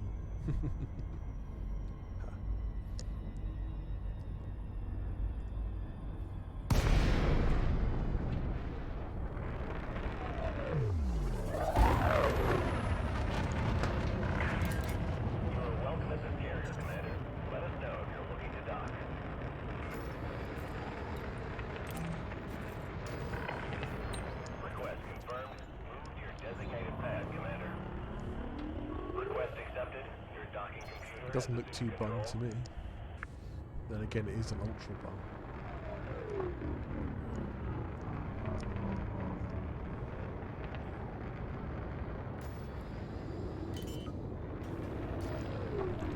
check out the system map again. Yeah, there's some other carriers on the other side. Donbass, Hotel. People's Broker, however you pronounce that. Not sure. But yeah, here we are. Medium pad of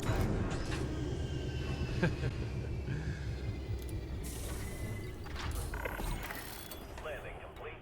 Enjoy your stay. Welcome, Commander. So it's interesting how chipper a lot of the station controllers are. And not all of them are, but it is quite funny.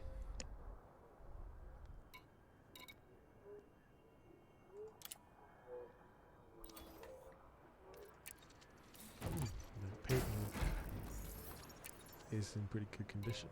There's no reasons to worry here. Maybe I'll sell some universal cartographic data.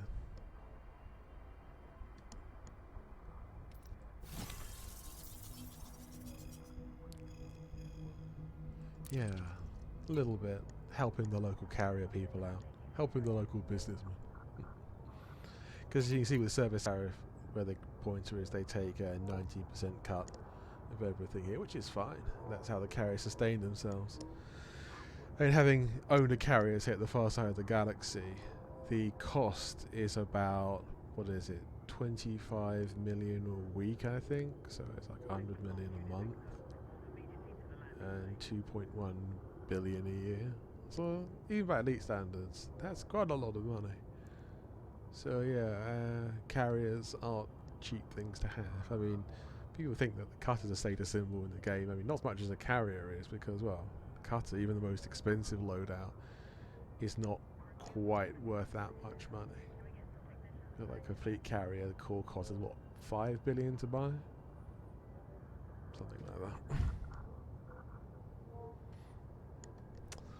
Still, we're out here, not far from the bubble, but far enough away to be interesting. In terms of scale, let's see how far we are away. See, not far at all, really. There we have Barnard's Loop, the Horsehead Nebula, the Orion Nebula at opposite sides of the loop. A lot of this is the actual Barnard's Loop itself. A lot of that is permit locked, and a lot of the surrounding area of space is also permit locked for some reason. The Witchhead Nebula has some human systems in it as well. There's a lot of Thargoid contact. Thargoids seem to like nebula. They seem to colonizing planets and nebulas for some reason. Maybe they're homeworld in a nebula, who knows? Maybe they just like it. Unknown as to why, but that's definitely an area of human Thargoid conflict, is in the Witchhead Nebula. Yeah, certainly so. I mean, the Pleiades have long been an area of conflict as well. I'm in FleetCom right now. Different commanders around.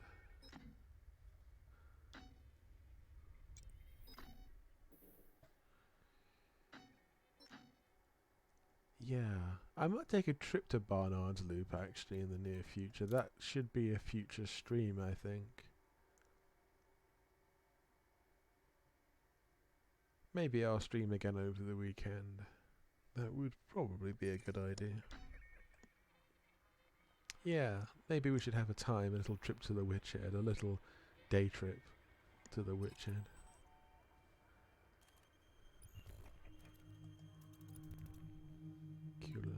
Yeah. A little trip to the Witchhead sounds good, and then on to Barnard's Loop maybe?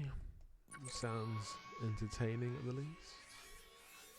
Now, this system, I think this has significance for exploration for me. I think I have it bookmarked because it was the I think it's departure system for Apollo 11 expedition. I just want to, or one of the later meetups in the aftermath of it.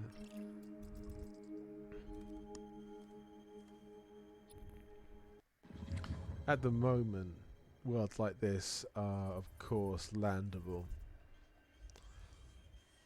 with the little blue halo showing which ones are. And worlds like this, are the one here, are not landable. If we click on it, yeah. Ones with tenuous atmospheres will be landable in the new update.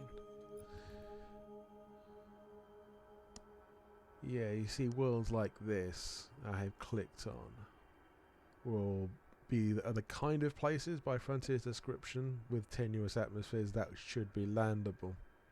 Seeker's surface pressure there, 0.3 atmospheres. Atmosphere 100% carbon dioxide. Sounds similar to Mars actually. I think it's one of those kind of places.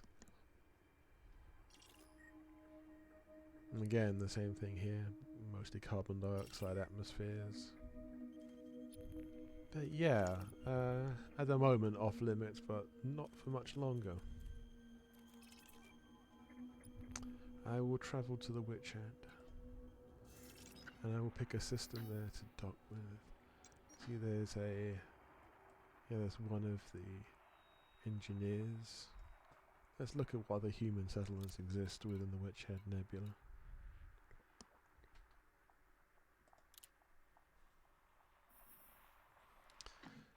The economy here, this world embraces agriculture.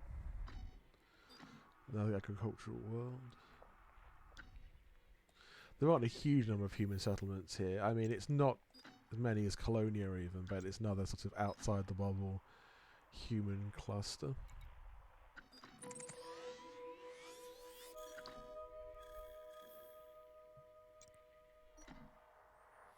Yeah, some of these are alliance systems, aren't they? This is like a high-tech world here in the middle of the Witch Head.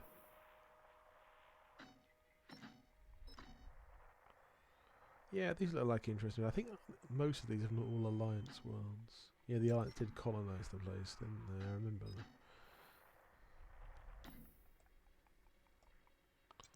Honoris. Obviously been there before. I think I did a lot of scouting around the Witch Head Nebula before the Apollo 11 expedition to find the right places. And that's the most underestimated part, I think, of expedition organising. It tends to be the scouting is very, very long process.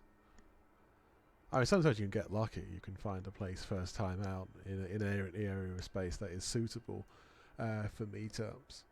But frequently that's not the case. You have to scout around for at least a few different systems and different bodies in the same system. I mean, you find the right body, finding the right location is not always forthcoming.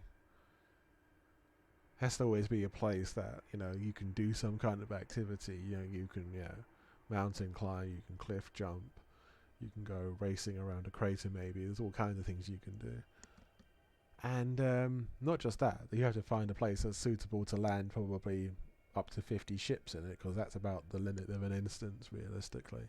Okay, in practice it's actually a lot less than that, but 50 is like, not the hard limit for planetary, but it's like the realistic limit's probably about 30 these days with peer-to-peer networking. Now this system still has a mega ship, a conventional starport, and plenty of fleet carriers, but let's go there. Stretch my exploration legs once more. So it's 12 James.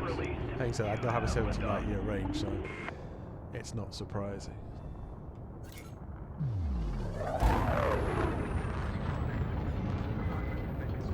Yeah, you actually see the Witch Head in the distance. See that little purple, bluey sort of splodge just to the left of where my nose is pointing and the target there. That is where we be headed. And then obviously Barnard's Loop, the Orion Nebula to the further left. Plenty of And nebula. you're clear. See you. This is Control, signing off.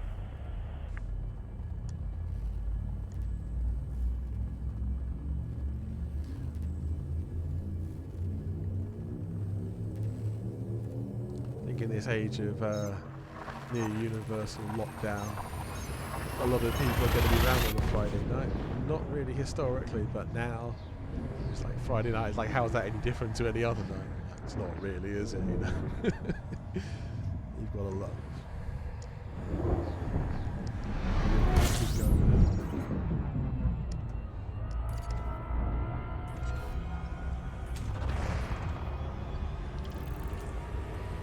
I will do some proper scanning in a minute when I go a little further away from where we were, getting close to our target while I do that.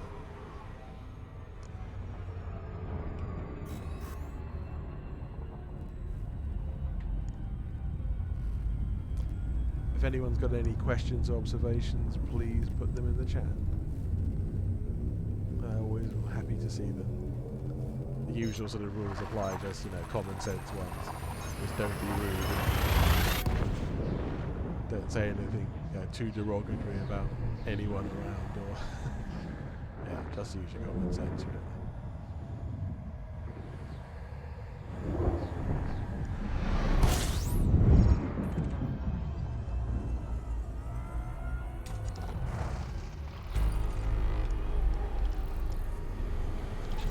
Posted earlier or something about not putting links in the chat unless I particularly ask for them. I'm just trying to spam.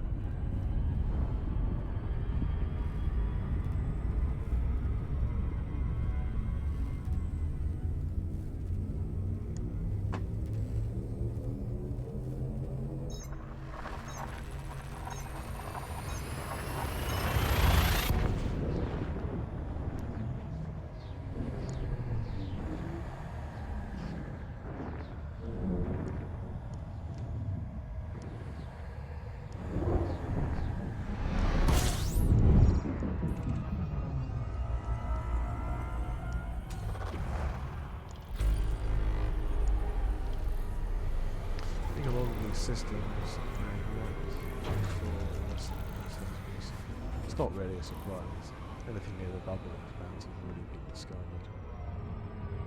Unless you're talking about one of the more minor star classifications like L's or similar, which most people tend to actually filter out on purpose because they're not scoopable. Only certain classes of stars are obviously hydrogen scoopable. People tend to stick to those ones, which is fair enough.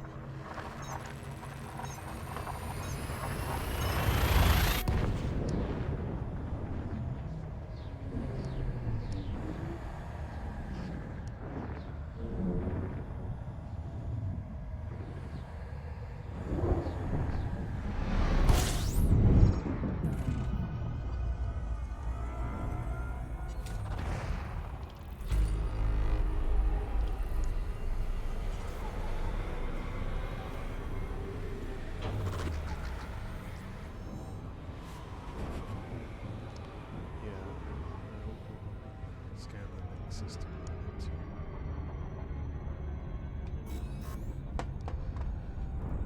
Barnard's Loop and the Witch-Head loom large, getting quite close now. I'll probably stream for about another 15 to 20 minutes maybe.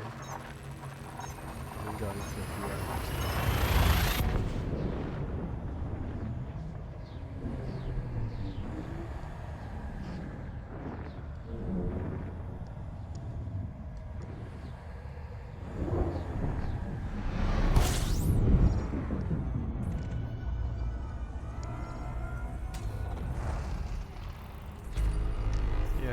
People on longer expedition hauls or exploration hauls tend to have those sort of routines about scanning systems.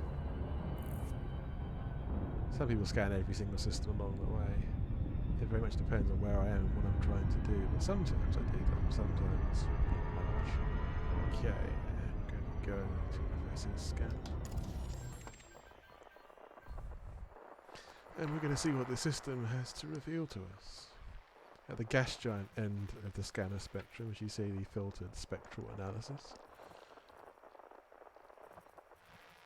you can see the various bodies in the system. Now, yes, there's a gas giant here, the center, a class 3 gas giant apparently. And the various details.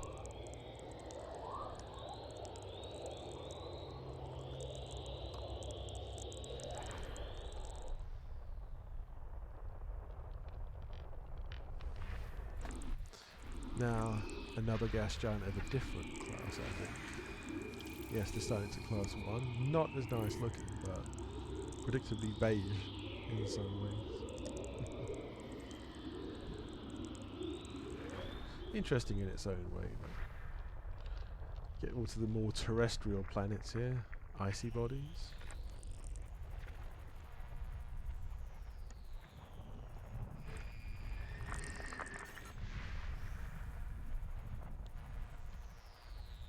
Trying to find those icy bodies.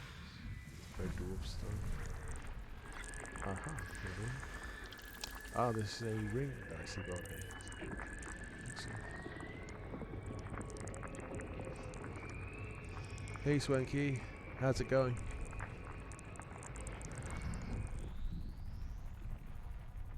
It's a good name, Swanky Criminal. One of the better names out there, definitely. Makes me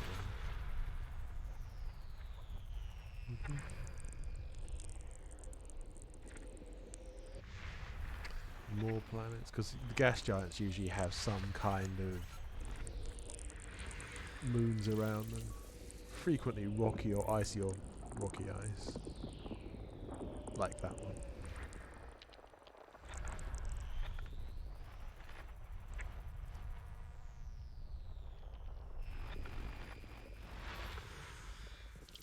Yeah, these are quite typical of those kind of bodies.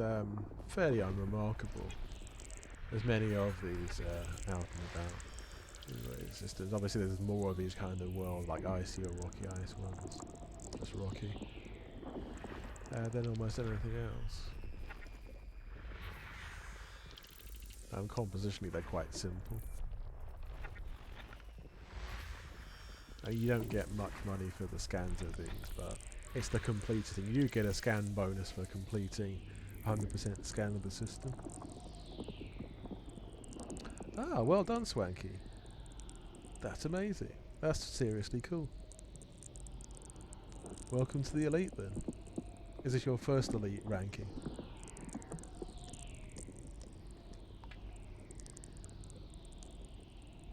For those of you who aren't familiar with Elite's ranking system, it's in the name of the game really. Elite is literally the highest rank you can get in different fields of exploration, of trade, of combat. There's one for CQC as well, but that's a whole different kettle of fish. I think in the original Elite game there was only Elite Combat. That was literally all you could get, and all its successor games until Elite Dangerous, there wasn't an Explorer rank.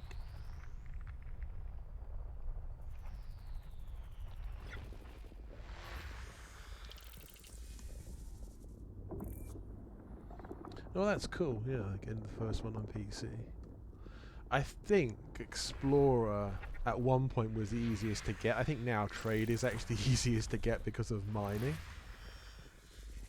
And you just need like a few good mining runs and you're done. I mean, Exploration is probably the next easiest after Trade. But that's varied over the years. I think when I first started playing the game, it was really quite difficult to get it. You get some of like the old school explorers describing how they paid the iron price for those.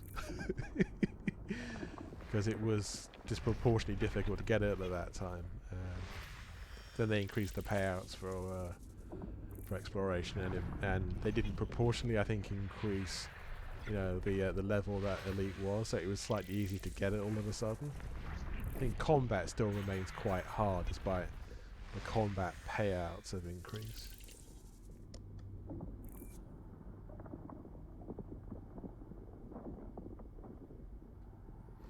You know, that's true. It's I think also because if you know what you're doing in the game, it's so much easier to just bash all these things out. Yeah, combat remains a challenge still. Unless you're like a dedicated combat pilot. Actually, even so, I think then it's still a lot of grind involved to do that, you know.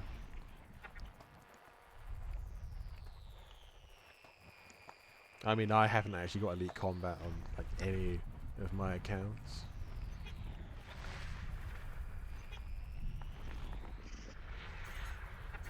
I think I've only tried like hard to get the combat one in like spasms. Basically, it's like not regular at all. I mean, I don't mind doing combat for a while. It just gets a bit dull for me after a period.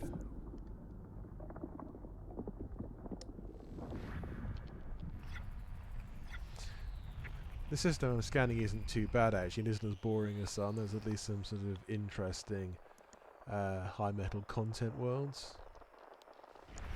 I mean, the most boring ones tend to be always the ones there's like nothing but ice and rocky worlds and like maybe a gas giant or two. It's like, well, this isn't very remarkable, is it? You know. I think at least with some of like the high metal content ones, you can often find ones that are terraformable, and those are pretty valuable. At least there's a sense of accomplishment that you found something of interest.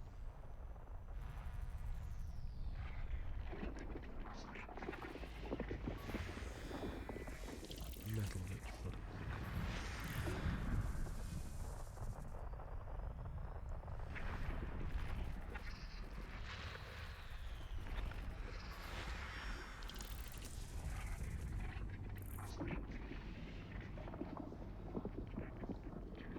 No, you're right. Is that yeah, with FSS scanner, and if you know you can do it efficiently, you can get to elite rank pretty rapidly.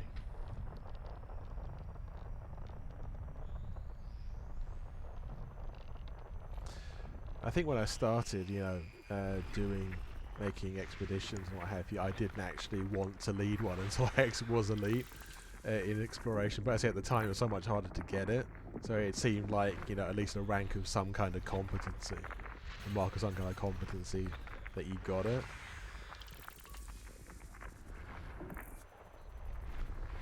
Now, yeah, it means something, maybe not as much as it once did.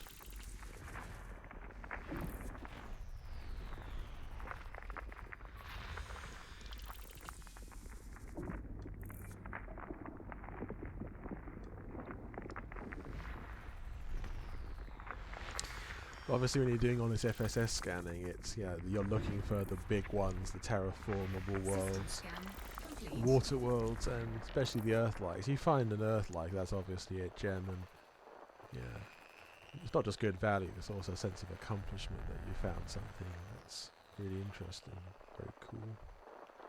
But yeah, here we are in the system. It's being scanned properly, and as a result of the scan,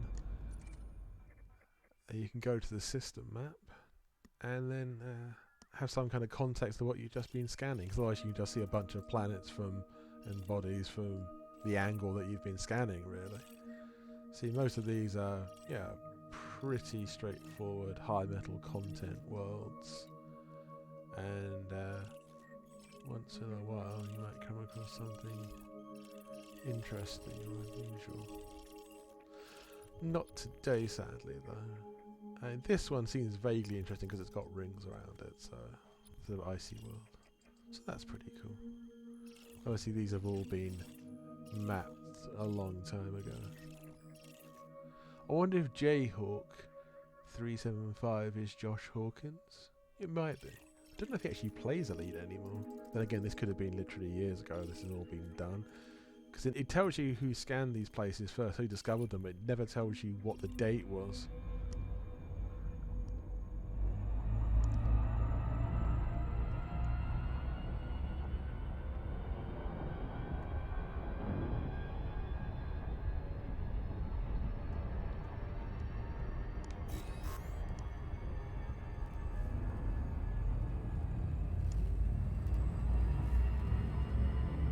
Now that's really good, Swank. 5 undiscovered Earth-like worlds is genuinely a good hit. I mean, sometimes people obviously go for like tens of thousands of light years scanning and not find one. And then you say you find a whole bunch all in a short period of time. I mean, obviously there are certain, like, you know, techniques and tendencies that you can find in the game to increase your chance of finding good stuff, but there's also a certain amount of luck involved. Sometimes you'll find something genuinely amazing in an area that you didn't think that anything was like still undiscovered, but it was for some reason.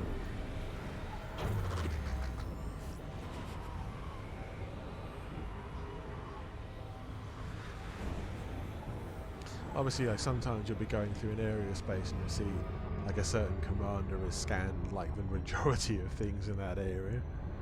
It's always interesting because I suppose they've been quite diligent, so give them marks for that. It's irritating if you're trying to find new discoveries for yourself. Yeah, so continuing the whole sort of business about Odyssey. So that's going to be interesting how this first football is going to affect, you know, expedition payouts or exploration payouts, and also obviously it add an extra layer of first discovery tags to bodies. There's going to be a rush on in certain places for people to have the first footfall on certain, you know, well-known worlds. Well, that could be quite interesting. I mean, some people just don't give a damn about that at all. I've seen a lot of people say that I don't care, but I think quite a lot of people probably do. I mean, I won't go out of my way to do things like that, but if the opportunity arises, sure, I'll take it. You know, why not?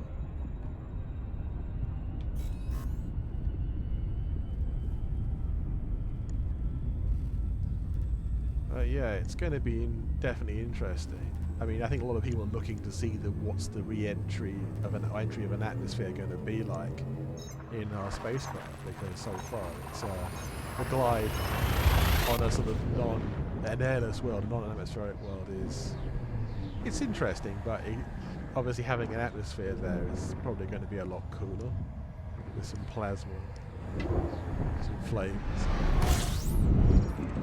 And I hope they've done a good job with that, that's all I can say.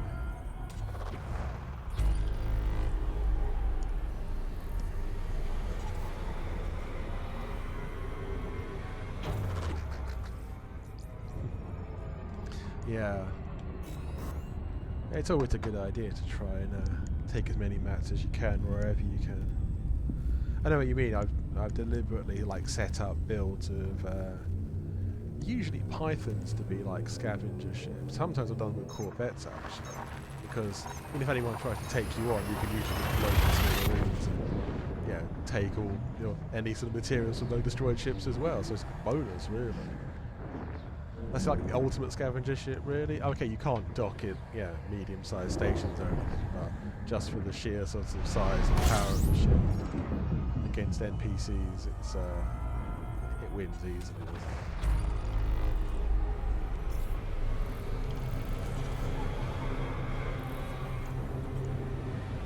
I've entered the Witchhead sector.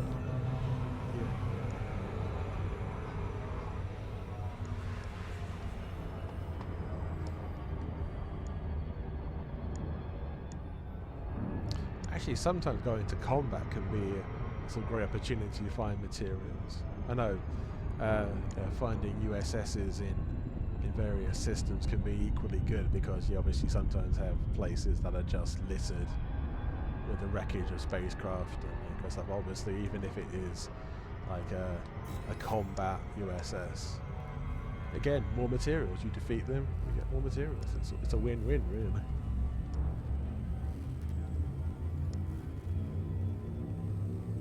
Yeah, that's an interesting thought, actually, about it looking like a scavenging vessel. It has that sort of boxy quality to it, doesn't it? And the Type 7 remains sort of somewhat underrated, sort of all-round ship, I think.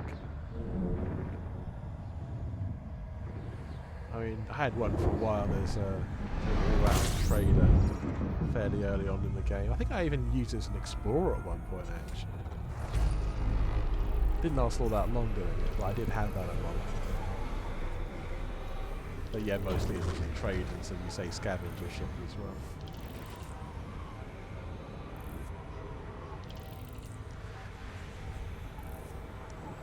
Yeah, the Type 7, it has like kind of a unique cockpit, doesn't it?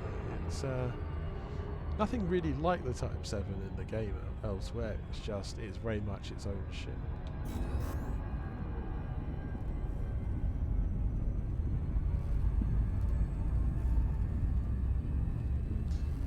I used to fly with a commander, one of the other expeditions I did, he would fly nothing but Type 7s.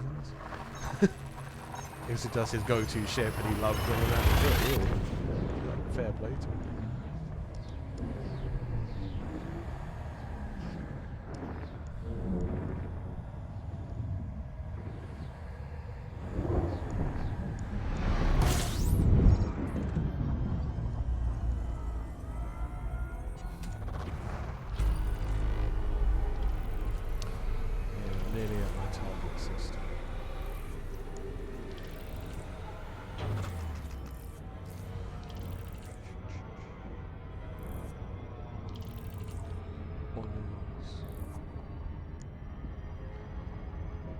Yeah, I will definitely go to Barnard's Loop, or as close as I can get to Barnard's Loop, probably in a future stream. It's two legendary looking knots.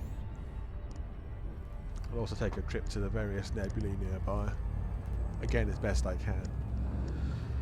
There's a lot of permit lock systems in that region of space, so I mean sometimes, as you know, it's like a maze to get in and out of there because of the permit lock systems. So you've got to be careful in places.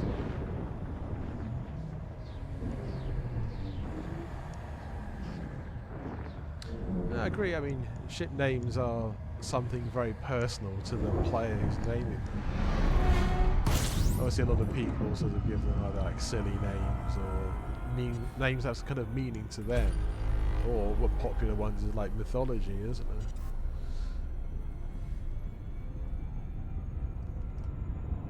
I do a mixture really of all the above and for different ships.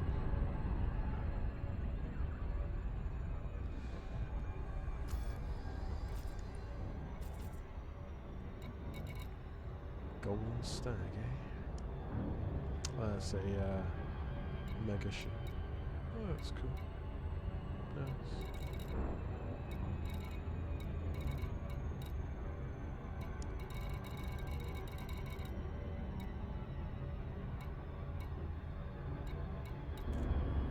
Yeah, I need to kind of vision.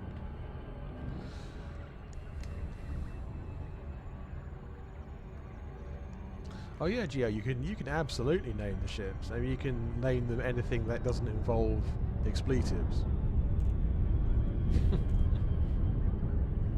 Like, for example, this ship here is literally titled Orion's Chariot. It's not a nickname, it is actually a name in the game. Look at the top right-hand corner of the screen. Under top where it says info, it says Orion's Chariot, and that's literally my ship's name.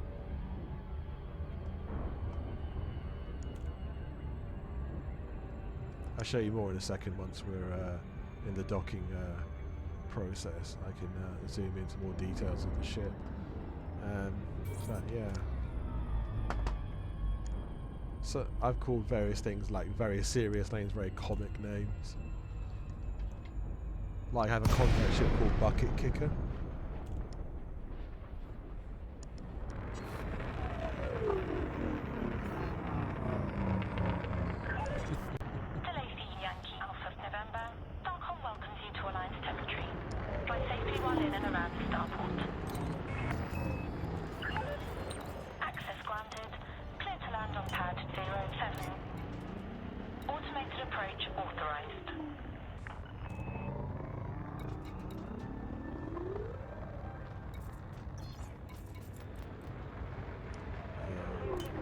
Great Phantom Orion's Chariot.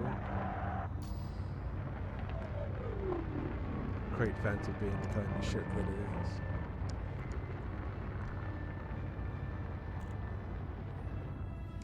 Yeah, you can't call your ship Steampunk Fuckback. Yeah.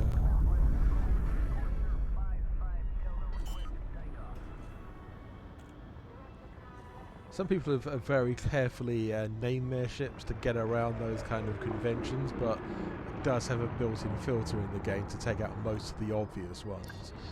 You'd have to call it something a bit more creative than that, or it has to be an allusion to an expletive rather than an expletive itself.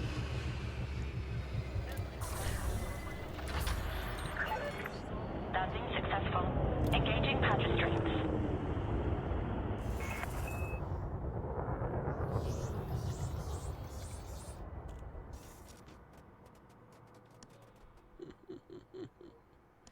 Yeah. I think there's supposed to be something in Twitch about like mature streams, but to be fair, it's like this is. I was going to say this is a bit like 10 at night, but then again, tonight in the UK, internationally, there's various different time zones. But I don't want to put people off. Then again, like no one's watching this stream, so virtually no one's watching this stream. I don't know what the deal is with this. Unless you have a stream that's like laced with profanity and stuff, they might get a bit annoyed. They meaning Twitch, but I don't think this is like, generally speaking, most Elite stuff tends to be pretty like PG kind of rated content, you know what I mean? Or 12 at most. It's not really like 15 and 18 kind of related stuff.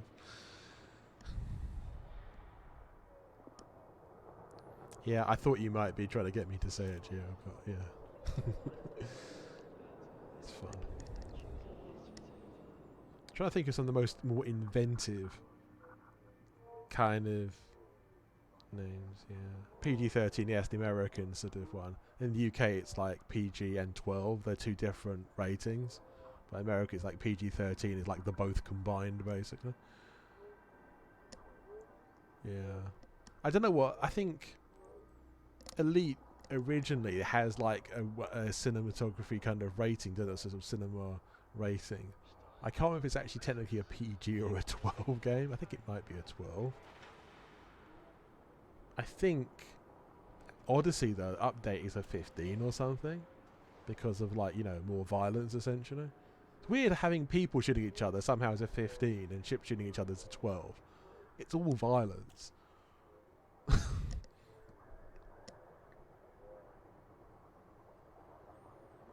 Yeah, no, I don't make a habit of it.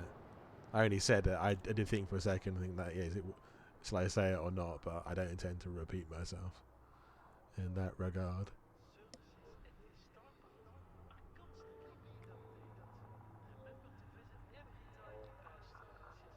Yeah. And generally speaking, I don't use particularly fruity language in anything that I do publicly in Elite. But yeah, it's sometimes funnier to actually make allusions to stuff rather than say it directly. Well, that's the thing about the violence bit. It's like someone in a spacesuit versus someone in a spacecraft is like, it's a bit more impersonal shooting up an object, but as you say, it's like theoretically it's still simulated violence, whichever way you want to cut it.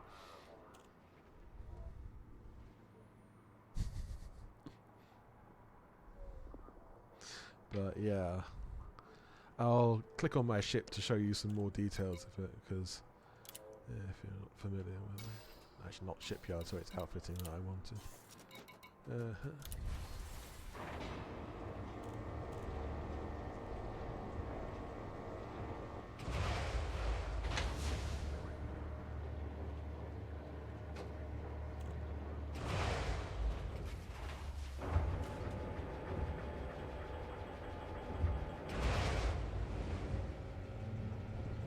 Yeah, here we are. Right, this is the outfitting screen.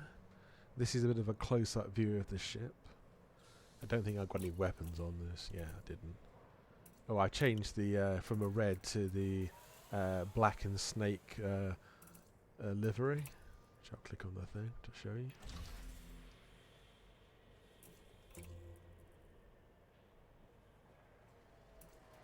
See, yeah, it's now turned into black in the snake, which I quite like. Yeah, my weapon colour's purple, engine colour, cyan. You can change quite a few things about this. My decals, you can pronounce it. From One of the Distant Worlds 2 expedition, which I was on, as were 13,000 other people. One of the biggest gaming events literally of all time. I don't know if it's actually the biggest, I don't think it is, but it's definitely up there. It's definitely Elite's biggest ever event. Distant Worlds 1 is the next biggest at about, what was it, a couple of thousand people, 3,000, something like that? Something in that kind of region. And then third, it's Apollo 11, yay! A little bit of self-promotion, but yeah, nothing wrong. And the skull decal, and one for elite, as in having the elite rank. I do have a small ship kits on this. I don't actually have any cockpit accessories at the moment. I haven't bought one. The female pilot Expo one I still could have, but I never bother with that. There's some interesting ones. Various wireframe, bobblehead, Earth bobblehead, Cobra, Anemone, female pilot bobblehead, random stuff bobblehead. Yeah. Yeah, some of these are quite fun actually. Nav beacon, that's quite strange. Mars as it used to be, bobblehead. Lost Winds took. I'm surprised that's in here, but yeah, that's not bad. Retro Anaconda. Huh. The planet ones are quite fun.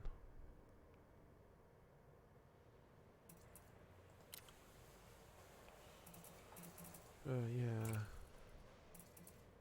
Let's return to the ship. Oh, the SRVs I can customize slightly as well. Mostly to do with paint jobs. This one is supposed to make it a bit more visible. That's the theory anyway. Only got one decal on for elite.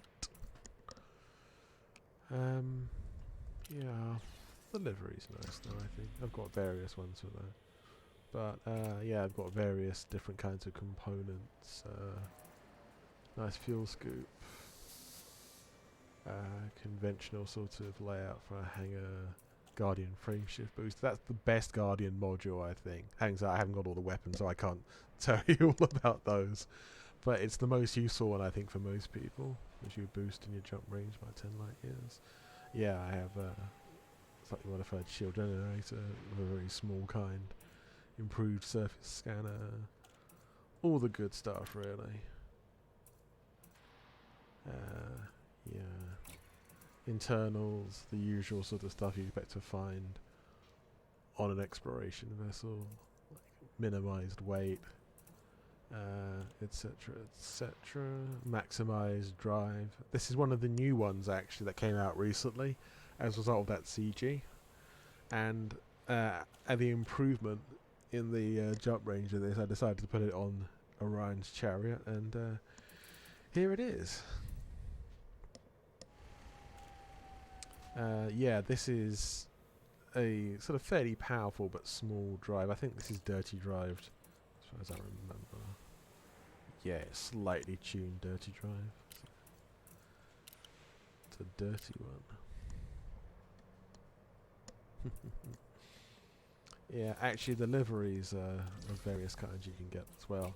Obviously some of them, well most of them they make you pay for, so directly or indirectly. Some you can win through CGs. I like the Azure, they gave that away for free. I did buy these other ones as well. That's one of my favourite, the Vibrant Red. Purple's pretty nice. Yeah, blue. And the one I've got at the moment, the Snake one.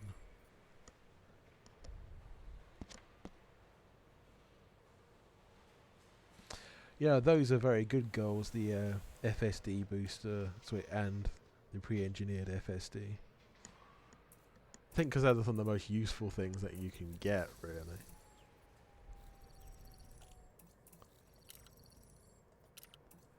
Obviously, you can actually move the pre-engineered FSD around between different ships. We'll give anything a good jump range, though. There was a speculation, obviously, as to why they brought this in for Class 5 particularly. I think part of the reason to sort of not actually nerf the Anaconda as the biggest jump range a ship can have, but to sort of bring up other ships like, you know, Asp Explorers and especially Crates to give them a jump range that's quite similar. I mean, this isn't totally sort of finessed for this. My ship of mine isn't totally sort of fitted out for the longest possible jump. It's fitted out for a long jump range, definitely, but it's supposed to be like an all-round explorer as well. But it's still got a range of 71 light years. So yeah, and that's with the pre-engineered FSD. So it's all good, really. So my use of universal cartographic data again. Yeah, I mean, for like general exploration of 36 light year DPX is still pretty good. I mean, anything beyond 30 light years is a more than viable explorer. That's often the question I think a lot of people new to expedition ask is like, is my ship range good enough? And I always say as a rule of thumb, if you've got more than 30 light years, you're doing fine. You'll be fine. If you've got 40, 50 or whatever light years, wonderful. You'll get where you're going, no problem.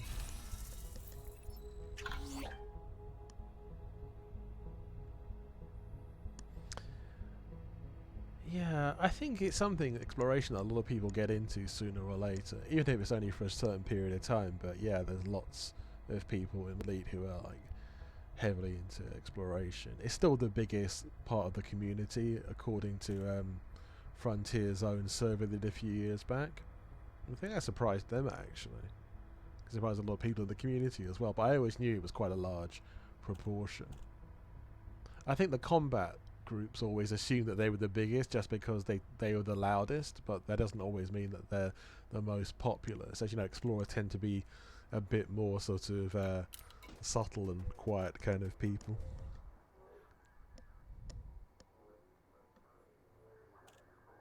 No, absolutely. The Guardian booster definitely does that.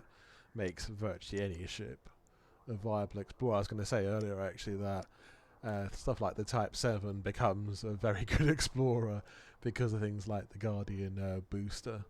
Yeah, and anything can become an explorer off the back of that.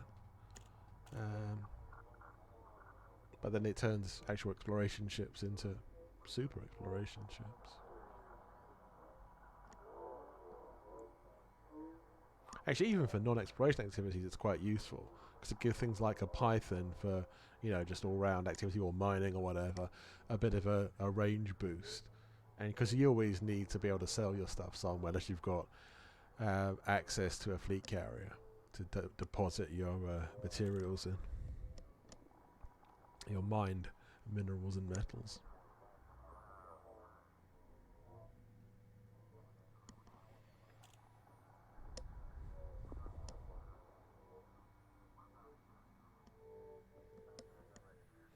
That's the one thing about a lot of the Guardian ruins, is that's one thing that's definitely worth getting.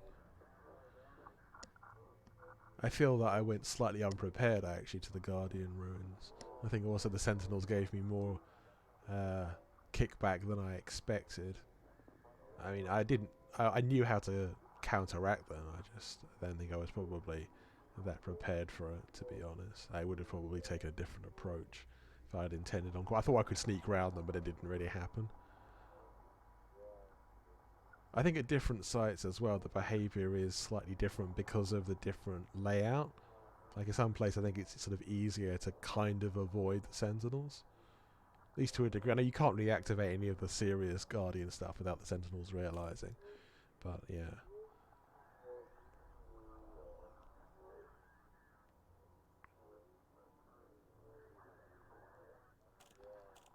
I think I'd have been better off using the turret as well. I probably shouldn't have just tried to do it like as is. No worries though. I think with the Guardian ruins, it's always easier and much more fun to do it as a group of people. Even if it's just 2 people, it's still so much more efficient because then one of you can, like, you know, lay down fire and suppress whatever defences are there, and the other one can go and do what they need to do and then switch roles. But yeah, I've always found that that's the case with the Guardian ruins. You can do it solo, it's just a bit trickier. And it's so much more efficient doing it with a group of people. It's also kind of fun to see other SRVs being bounced around by like Guardian weaponry. So it's definitely fun.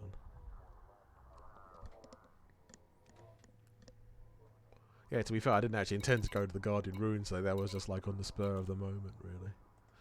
See if I've got any authority contact. No, I haven't. Oh, I've got a small intel package I actually got from, I assume from the Guardian sites. It says for Alliance, though. I don't remember doing anything to do with the Alliance.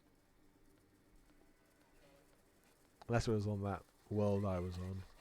The, exploration, abandoned exploration base. I'll sell it anyway. I might as well.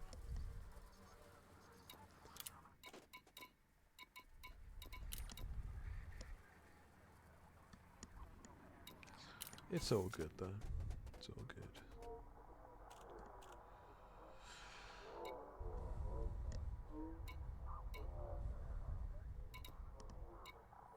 See what's going passenger lounge wise. Not that I've got a ship for it right now. I don't really have that. But still, you know, sometimes you find interesting places they're going to, like these visitor beacons can be in quite interesting places. Like sometimes they're just simple orbital ones, but every now and then you'll get one that's on the surface of a planet and it's a little bit more interesting to visit. I mean, sometimes there are nice stories that come along with some of the tourist beacons. I must admit, I do get a certain satisfaction in the game when I see tourist beacon that I've basically named because it's basically an in-game tourist beacon.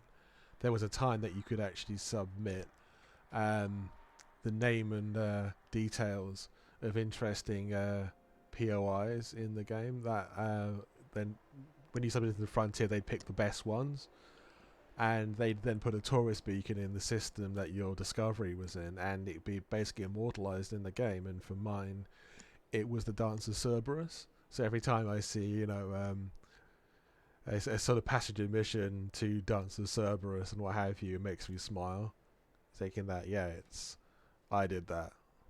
And that's always going to be in the game.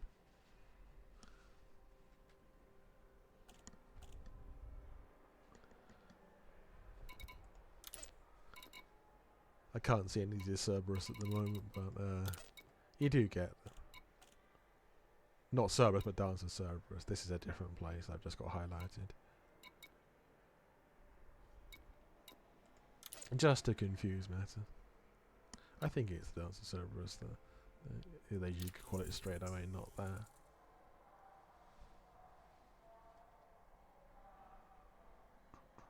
Look at the distance. Yeah, it's definitely one just called Cerberus, not the Dance of Cerberus. Because Dance of Cerberus is about 30,000 light years away, I think. Something of that order.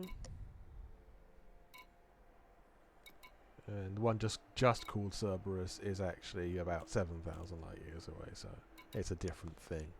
Cool name, though.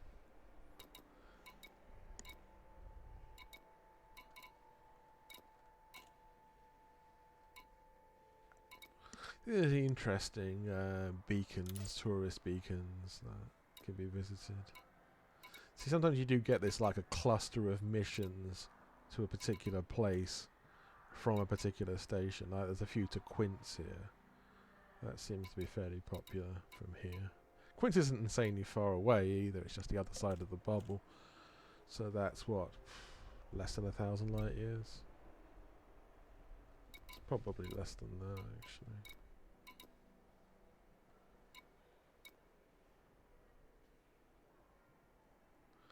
Some of these don't pay that badly. I mean, the longer ones tend to pay really well. Obviously, you're going to get lots of scan money as well from these longer ones. Like, let's click on this one. See, the trip is 30,000 light years, and you've got to do it in 3 weeks. And that's not too problematic, especially these days. But, yeah, I mean, obviously, you've got to have the commitment. If you can get a bunch of different missions to the same place, it's usually really good.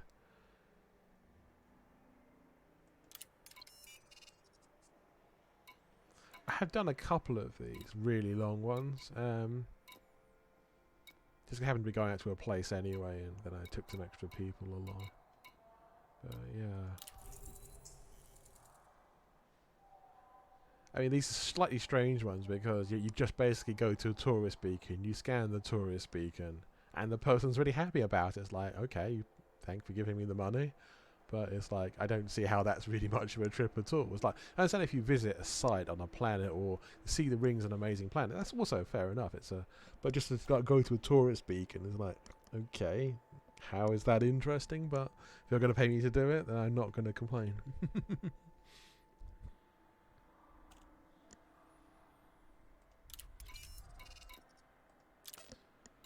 Yeah. See what other missions there may be from this place. They're usually local, but not always. The Allied Expeditionary Pact. So, planetary scan missions. Mining missions of various sorts. Wet work job. Trashing euphemisms. Yeah.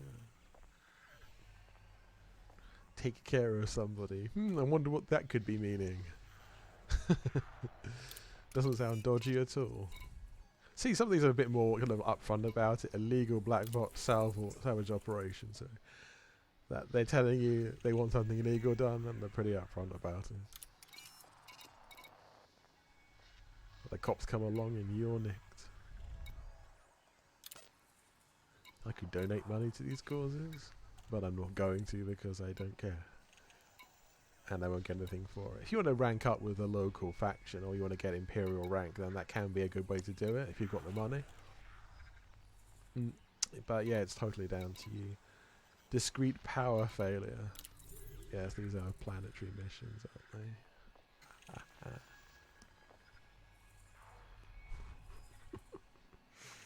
Discrete power failure. Yeah.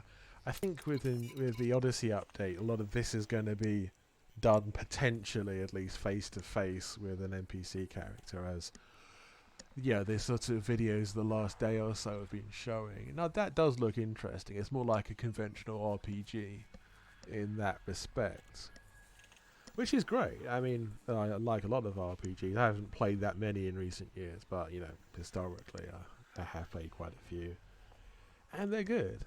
I mean, it's a very different kind of game, but trying to have these sort of different play styles or sort of different kinds of like sub games is a great idea. Absolutely. Add extra levels of interest and longevity to the game. Get intrigued to see how big a lot of these stations end up being on the inside, or how big the walkable area is within them, or how much it as a cutscene that will take you between the one place and the other, or you'll just sort of like fade in and out, fade to black and back in again over when you're sort of walking along corridor or something, so you don't spend too much time sort of walking around doing pointless things.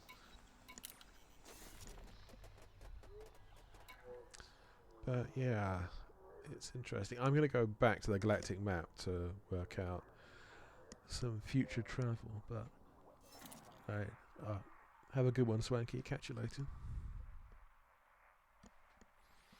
So, back to the galactic map, and here we are in the wonderfully purple Witchhead Nebula. I think allegedly because the shadow in it looked a bit like a witch's head. Apparently, not from this angle, but from Earth, but it looks a little bit that way. But, yeah, it's pretty cool.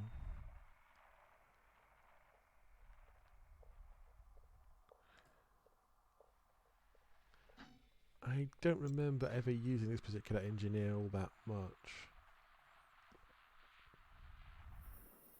But it's there if you want it. Engineering is generally worthwhile. There can be a lot of grind behind it, but it's generally... It depends on what you want to get out of the game. That's true. That's a lot to do with it as well. Especially like a combat pilot, you want engineered weapons. If you're an explorer, you want the best FSD, the best detail scanner available. Stuff like that really depends on what your priorities are. Obviously I'm a bit more exploration centric, so I tend to have like good FSDs and other stuff. I do have some engineered weapons as well. I don't really do sort of PvP or anything. I have on a couple of occasions, but it's not a regular thing for me by any stretch of the imagination.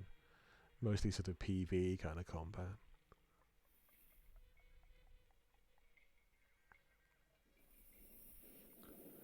but different strokes for different folks, really. And it's a big game. It's a big galaxy. And there's lots of good things. Right, the Orion Nebula and Barnard's Loop. And as I say, I will probably travel here when I next stream. Will that be... whether I do one before Monday and the launch of the update alpha, I will see. It's possible I'll do one tomorrow, but it's really dependent. But when I do my next regular game stream, it will be coming to these kind of places: the Running Man Nebula, the Orion Nebula, and of course the Big Eye itself, Barnard's Loop in the background. Oh yeah, there's also the Flame Nebula there as well, and the Horsehead. Yeah, it's pretty obvious as to why it's called the Flame Nebula. Why, and the Horsehead Dark Region. Huh. There's the old Horsehead. Yeah, again, from a certain angle, it looks like the Dark Cloud looks like a horse's head. Not from this angle, though. Close up, it doesn't look quite so spectacular. But it's still interesting, though. Let's click on our local system to give us some kind of viewpoint.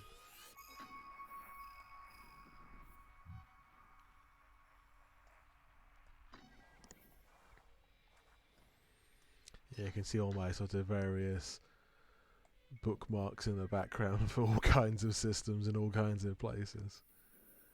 Yeah, the horse head. See, actually, if you zoom in a bit closer here, you can see the outline of the horse's head, bit of the Horsehead Nebula. Now, I have to change the angle a bit to see the point, but see where the pointer is? I think that's supposed to be like, if you change the rotation a bit, like, I think that's supposed to be like the horse's head shape. Yeah, it's a bit random, but that's where lots of nebulas are named based upon like seeing various shapes in them, or it looks like such and such, which is all fair enough. Interesting than just calling it by a number, which they usually have like catalogue numbers anyway. So see, this is permit locked. Requires unknown permits. See, a lot of places in this region are permit locked. See, look, requires unknown permit. Barnard's Loop is immediately in front of the Horsehead. But again, click on the system here, most of them in this region are permit locked. That one isn't. That one I just clicked on there, but the other ones are. See, that one, the trapezium sector, isn't permit locked. But then you go to the Horsehead Dark Region. Orion Dark Region is not permit locked though. I think their entire sectors here, basically. The entire Horsehead Dark Region, I think, is under permit lock. Not the trapezium sector though.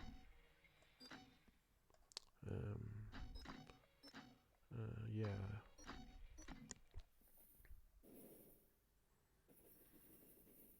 It's intriguing as to why they are. Obviously, there are bits of the game that Frontier have for their own testing that are deliberately off limits to ordinary gamers, and understandably so. But there's also lots of places that makes you wonder why. I mean, the ostensible reason for these vast areas of the game, sometimes even bigger than Barnard's Loop, being off limits, being permit locked, is for future expansion, for other new civilizations to be put in. Obviously, these have not come to pass as of yet, so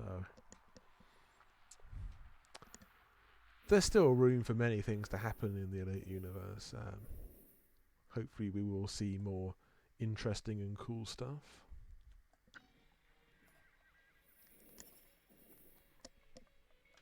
Hopefully sooner rather than later. So yeah, this Messier 78 for the Messier catalogue. Now that's a very small nebula. Is it actually a planetary nebula? Possibly. It's about the right size for planetary nebula. It's either a very small conventional nebula, but it's one that people often overlook, and I'd almost forgotten about it being there. So the edge of the trapezium meets the NGC 1981 sector. And the Running Man sector, for that matter. So, definitely an interesting place. We need 400 light years. Yes, so we'll definitely be going to some of these places soon.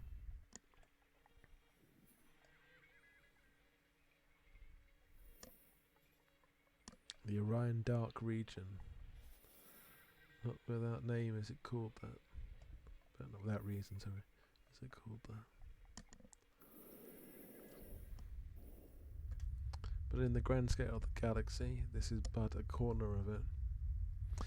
A lot of the nebulas near the bubble are hand-placed by Frontier, and the ones further out become to be procedurally generated. Rosette Nebula is a hand-placed one. Most ones that you can see from the Earth, jellyfish, etc., are, or ones with like existing names, Monkeyhead, etc., are all ones definitely you can see from the Earth and have been placed. Like you go further out into the galaxy, let's go somewhere near Colonia, that's a good example of it. All of a sudden the nebulas will start having procedurally generated names based upon probably the sectors that they are in. See, look, I don't know how you even pronounce that, but these various nebula have been given names not within the game itself, but by the community and the Galactic Mapping Project, who do great work. They have various threads about this in the exploration section of the Frontier forums.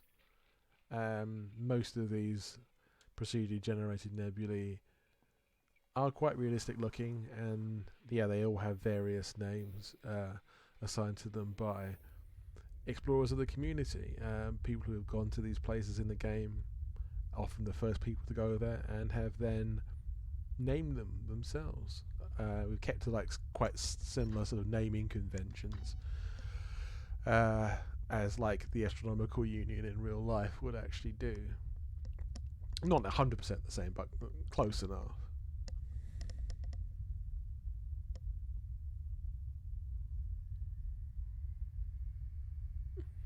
Thanks, Gio. See you later. Yeah, I think I'll have to end the stream soon anyway. But I thank every one of you who turned up this evening. I wish you all a happy day, evening, wherever you may be. And yeah, I will at the very least be streaming again this coming Monday. And if there may be a bonus stream in the meantime, or on Saturday or Sunday, but yeah, keep your eyes peeled to here on Twitch and on my social media as well. I'm on Twitter also, and yeah, please follow and subscribe or donate if you feel I'm doing a good job, and if you've enjoyed your time here. Thanks for your attention, and until next time we meet, good fortune and fly safe.